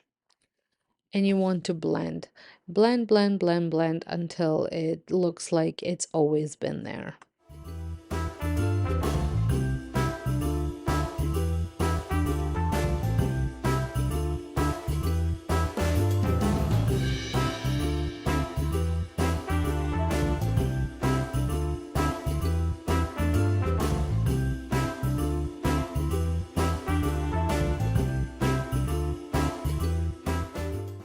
I was absolutely thrilled with the way these turned out. I think they are such a great dupe for those bells, and you never know what you can find in your thrift store or on your Facebook Marketplace. So make sure you keep checking. I item, and I'm using some black acrylic paint, some cornstarch. Thrifted item is this deer, and I got it for $10. Was a little bit high, but I really like the size of it. And then I also picked up some Dollar Tree deers to go with it, so two of those glass ones. So the first thing that I'm going to be doing is I'm going to mix up the paint by adding cornstarch and black acrylic paint together. I want to create a textured paint, a little bit thicker consistency than what chalk paint would give you, and because I really want the brush strokes to show up, especially on this big large deer, to almost give it a look like the fur looks on him in real life. So that's what I was trying to recreate with this textured paint. So I start off with really adding equal amounts of paint to cornstarch, and then you'll see how thick your paint is and how thick you want your paint to be. I did end up adding a touch more paint just because it was a little bit thicker than I wanted it to be. And once I reached the correct consistency for my liking, I end up painting the whole thing, and I am using a bristle brush just because, like I said, I want to really show those brush strokes.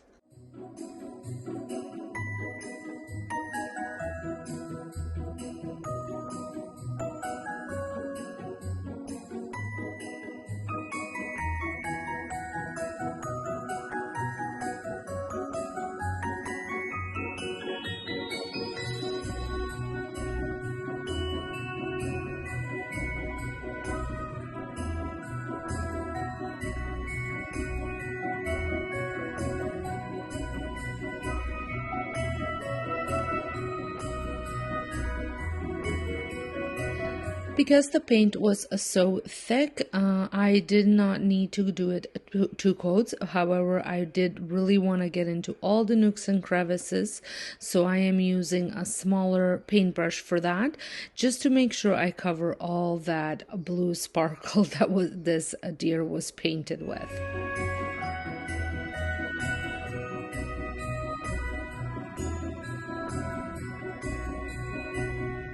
Now I am also going to be doing the exact same thing with these glass deers.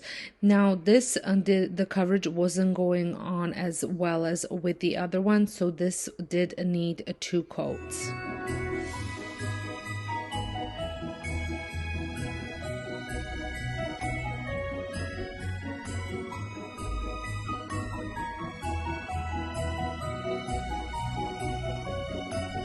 And this is what they look like after two coats of paint.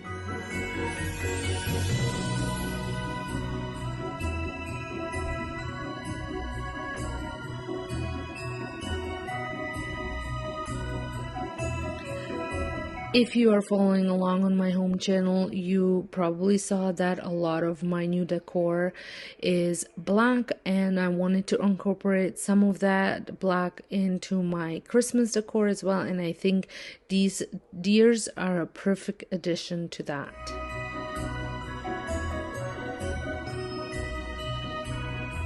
Purchased at home. For your next DIY, this can be absolutely free depending on what you have at home on hand. So we are going to be recreating these bleached pine cones, and set of 15 is $12. Again, not overly expensive, but if we can do it for free, why not? So I did have to go buy bleach because I don't typically have bleach at home. Um, I just buy it when I need it and usually use it all up.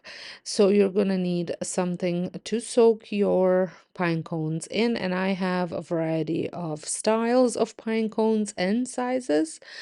And you are also going to have to give yourself time, because this took 24 hours plus some drying time. So pretty much almost 2 days worth of DIYing. Again, not something that is very involving, and this one you could leave unattended if you wanted to. But for this, you will need also some water, and it will be 2 parts water to 1 part bleach. And then if you saw me trying to fit that plate, and you will need something that will keep the pine cones submerged so they don't pop up, so something heavy to put on top. And this goes without saying that if you are, whenever you're working with bleach, make sure you are very careful so you don't get your clothes bleached or wear clothes that you don't care if they do get bleached. Cover your work area and make sure you wash your hands thoroughly after working with bleach, because that can linger on your hands for a while, and if you touch something, it will bleach it instantly.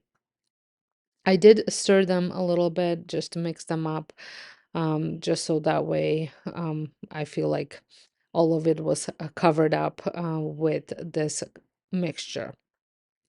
And then I add in my plate, and I did leave this out on my deck on top of the fire pit so the dogs wouldn't knock it down. And this is what they looked like once I had took them out 24 hours later. As you can see, some the smaller ones were almost white, some of the bigger ones not so much.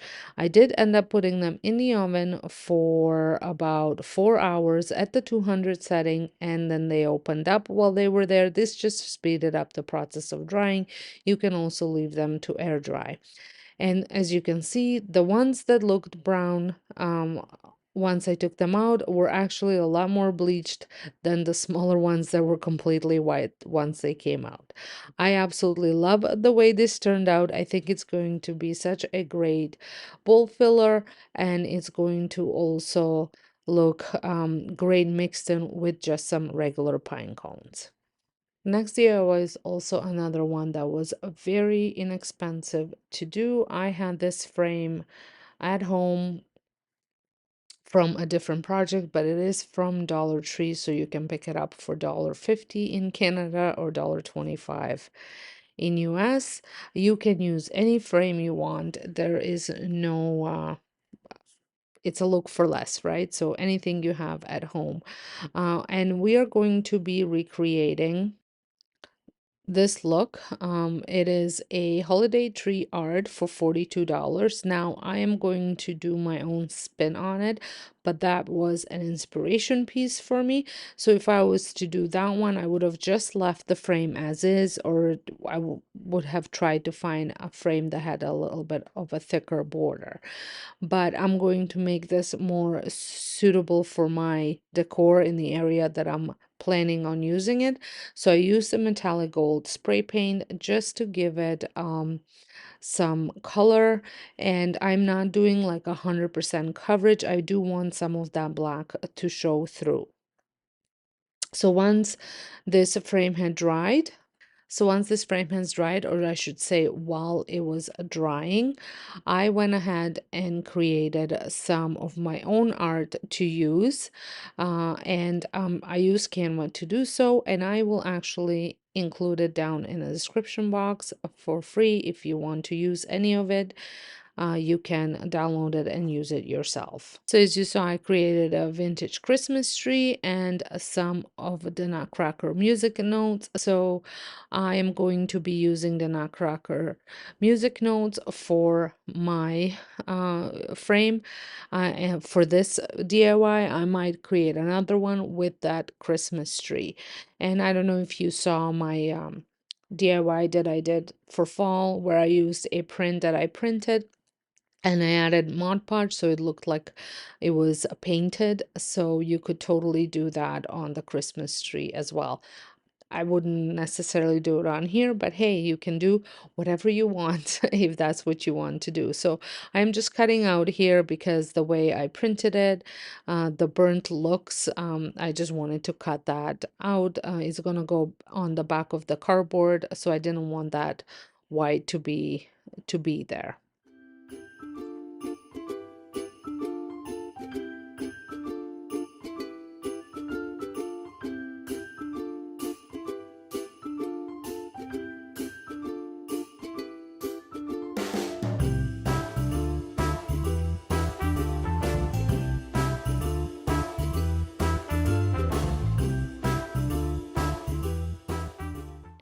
And here it is. I think this is such a classic look, and it's gonna go so well with most of my decor anywhere I choose to use it. For my first DIY, I got a ton of bottle brush trees. Some I bought, some I had on hand, and also this board that I had on hand because we are going to be recreating this lit bottle brush tree centerpiece from Pottery. It goes for about $183 as you saw.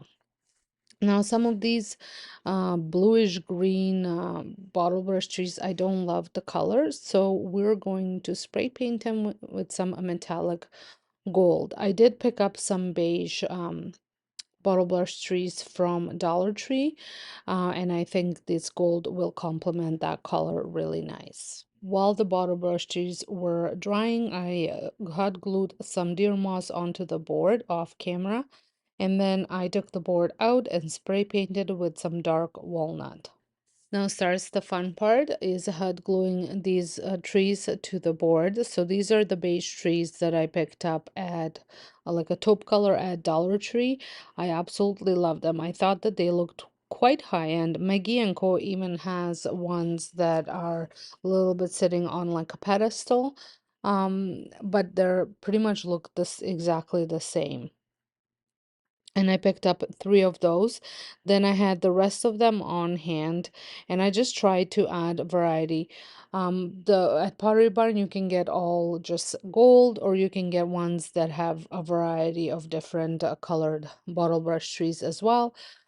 So that was my inspiration for mine. Since these were the same, I had three of these that were the same color and the same size. I spaced them unevenly, and then I'm going to fill in with all the rest of them.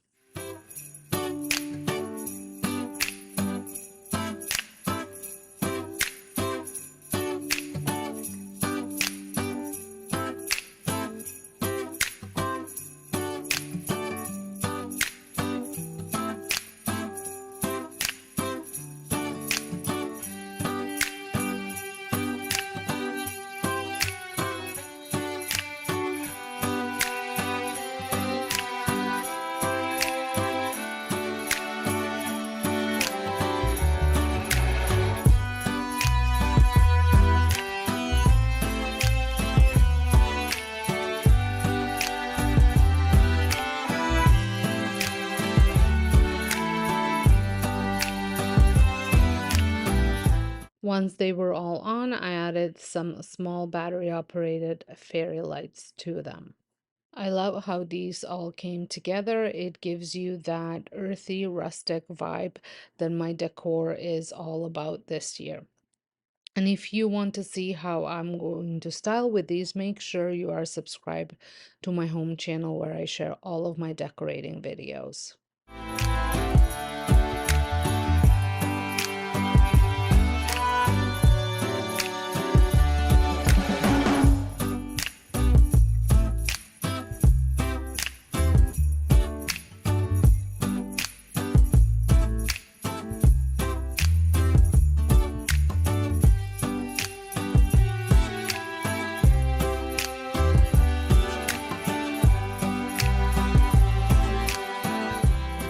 For my next project, I picked up this wooden tree. I think it's beautiful as it is, a little bit too much sparkle for my liking, but it was coming off just by rubbing it.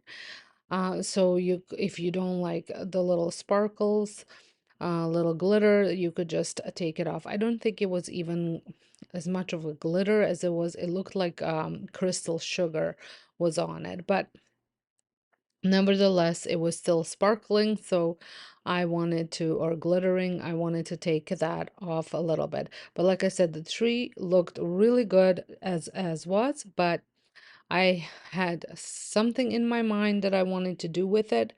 So if I want to, I'm gonna go pick up another one like this and leave it as is. So I got some cinnamon brown and painted the whole tree except the bottom, actually even the bottom part, this with this cinnamon brown because I wanted to recreate this The gingerbread tree, I absolutely love the way this looks. Now, I could have picked up a very similar looking tree at Dollarama as well that kind of went to the ground and looked more like a ceramic decor piece versus more of the rustic look that this tree has. But I did love the way this tree looked. So I thought I can combine best of both worlds and do this one in that gingerbread tree look. It did only need one coat of paint to cover it all. And then once the paint fully dried, I went in with some puff paint and created a design. I found that this was so much fun to create, and I absolutely enjoyed making this project so much so that I am thinking about going and getting some more things to add the puff paint to.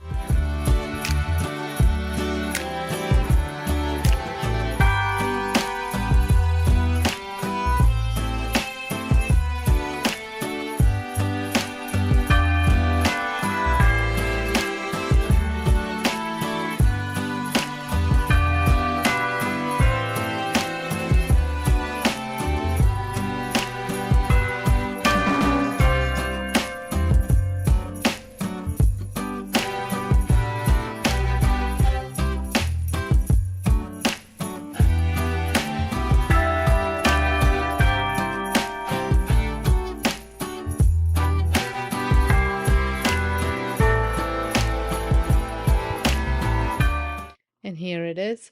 I just love the way it turned out.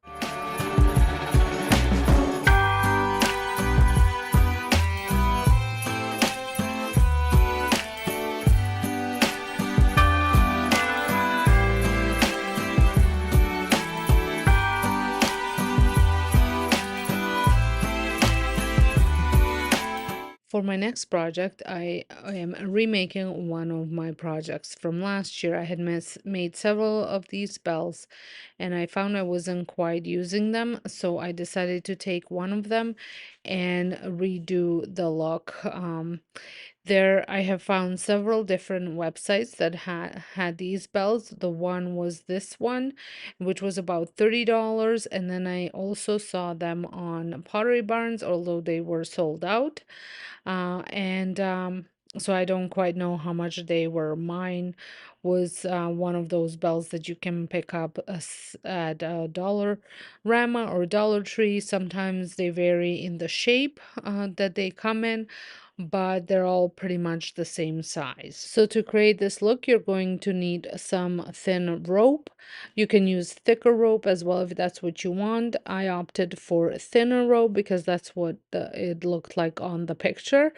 And then I just wrapped it around and I went in a couple rows of it.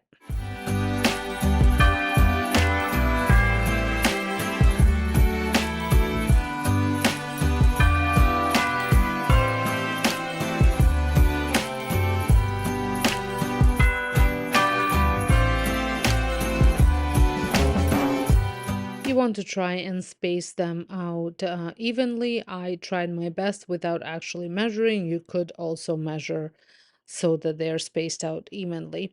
And then I mixed up some white acrylic paint with some cornstarch just to make it thicker. If you have some chalk paint, you could use that.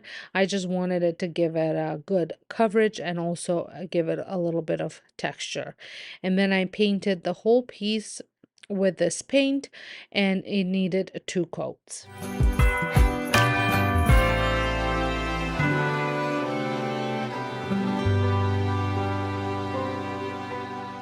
This was such an easy DIY, and I think it turned out great, and it's gonna look great in a little Christmas vignette as part of a little Christmas vignette or styled on a shelf.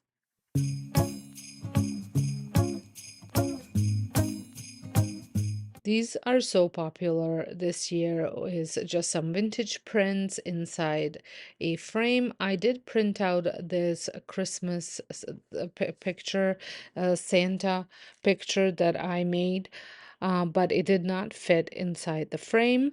So I was debating what to do, and then a Sandra had mentioned she had some fabric she wasn't using, and I thought this would be a perfect thing to use here. So I had picked up this frame from Value Village. It was $7.99. I actually love the frame and I didn't mind the print that was in there.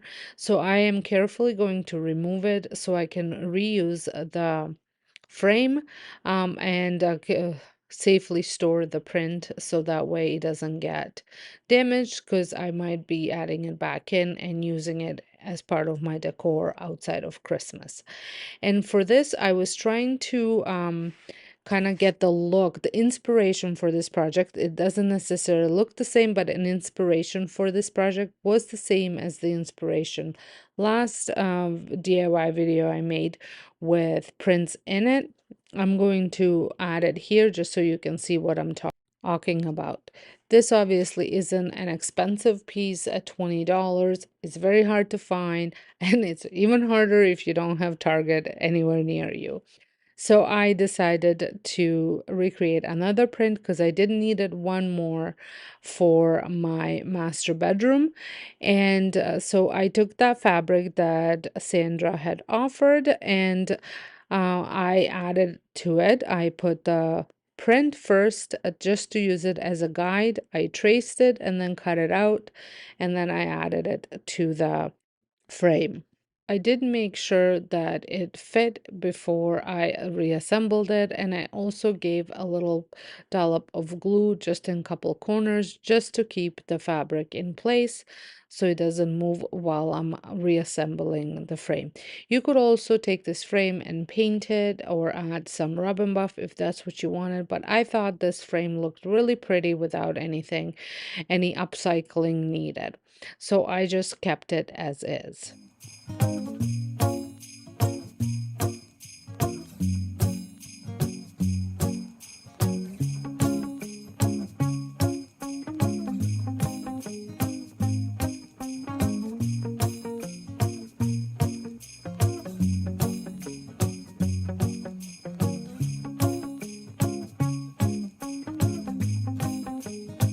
For this next project, you're going to need some sort of a Bristol board. I am using one that I had on hand, and I'm going to cut out some strips out of it, 2 strips, because we are going to be making this brass bow tree topper from McGee & Co.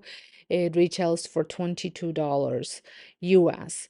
I wanted to make this for such a long time, and I was trying to figure out the best way to do it. And then I did see Evelyn Hernandez do a similar look, so I thought I'd try it out. I try it out myself. So I am going to you could measure it so it's exactly the same size as the McGee & Co. inspo. However, I just eyeballed it. I did not need it to be the same size as that one. I really liked the look of it, and that is what I was trying to recreate. So I just took a piece and then I twisted it so that way the two ends meet, and then I into a bow, and then I did that with another piece. And so I took the one strip and I made sure that they are cut the same size. So one will be a little bit longer and that one will be your bottom, and then the shorter one will be your bow. And then you assemble the bows individually, and then you put them together, and then you put the hanging pieces on it. This was so easy to make. You could make even ornaments like this, make them a little bit smaller. You can make them even bigger. It's all up to you. That's the beauty of making things yourself. You can customize them and make them fit your style or your needs. And you can also paint them or put rub and buff or whatever you want on them. They don't have to be the gold. You can paint them any color you want them to be. So now it's time to assemble it. So I'm going to put these two pieces together, and then I'm going to add the hanging pieces.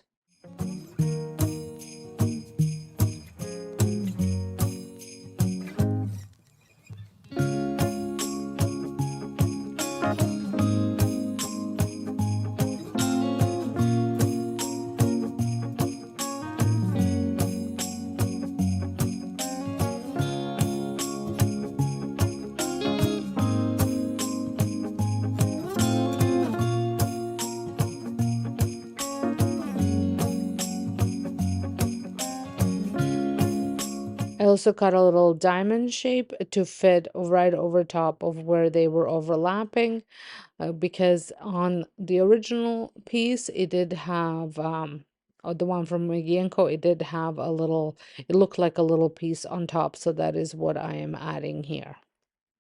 And then I took it outside and I spray painted with my bronze color, as well as this is antique bronze, and then I also spray painted it with some metallic gold.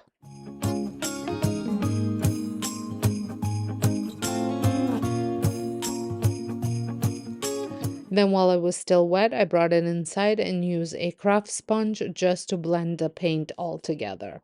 And once it was dry, I added a little bit of hot glue and craft wire to the back of it, so that way I can attach it to the top of my Christmas tree. You could also add a clothespin to it if you would like. I just love how easy this was to make and how beautiful it looks on top of my tree.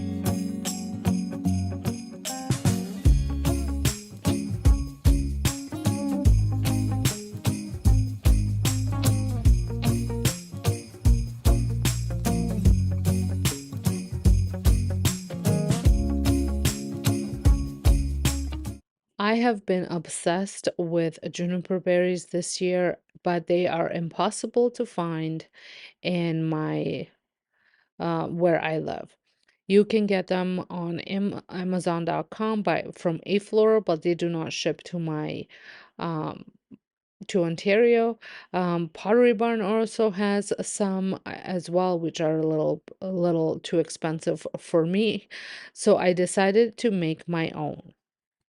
So I went to the on search for some stems that I can use to recreate this. So I picked up these two stems, two different stems. One is looks a little bit frosted because originally I was thinking of using those berries. And then the other one was just a variety of cedar branches with some red berries and some pine cones. So I needed to disassemble everything and create my own. I did decide to make three of these, and I ended up using all the branches, even the frosted ones, but I did not use any pine cones or berries. So here is what they look like. I wish the branches were a touch more droopier, but we can shape them and mold them if that's what we want. I also left the long stems on them because I'm just going to bend them if I need to add them to a shorter vase. I also remember I had some loose cedar branches from a garland, and I added those as well. That gave me a bit of more of a droopiness that I was looking for. Since I decided that white berries were too long, was going to make my own using some air dry clay that I had left over from the daycare when we were making Mother's Day presents. So I just wanted to warm up the clay in my hands, and then I just made ones that were not a lot smaller than the white berries, but definitely smaller. And I just rolled them all into little balls. I think I made altogether about 30 of them. However, I think I did not use three of them, so I used 27 altogether. Then I took all of the blue paints that I had, trying to figure out a color that would work the best for these berries. I did end up mixing a couple different colors just to achieve the look that I was going for.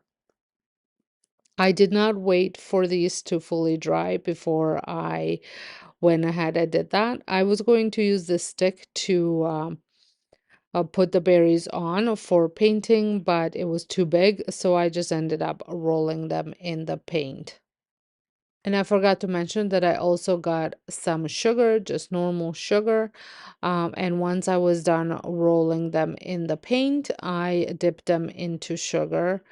So it gave them a little bit of that frosted look. And then I repeated this process for all of them. A little time consuming, but so worth it.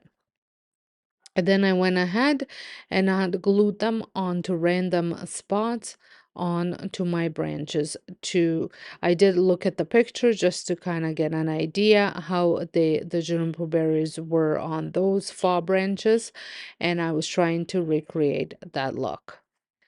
So here they all are on the branches, and I did allow them to dry fully before I proceeded to the next step. I wasn't planning on doing a next step, but the more I was looking at them, I felt like the blue needed to be tamed down a little bit. So once they were fully dry, I went in with some white paint and just added, and a small brush, and just added a little bit of white paint to um to them, just to tone down the blue a little bit.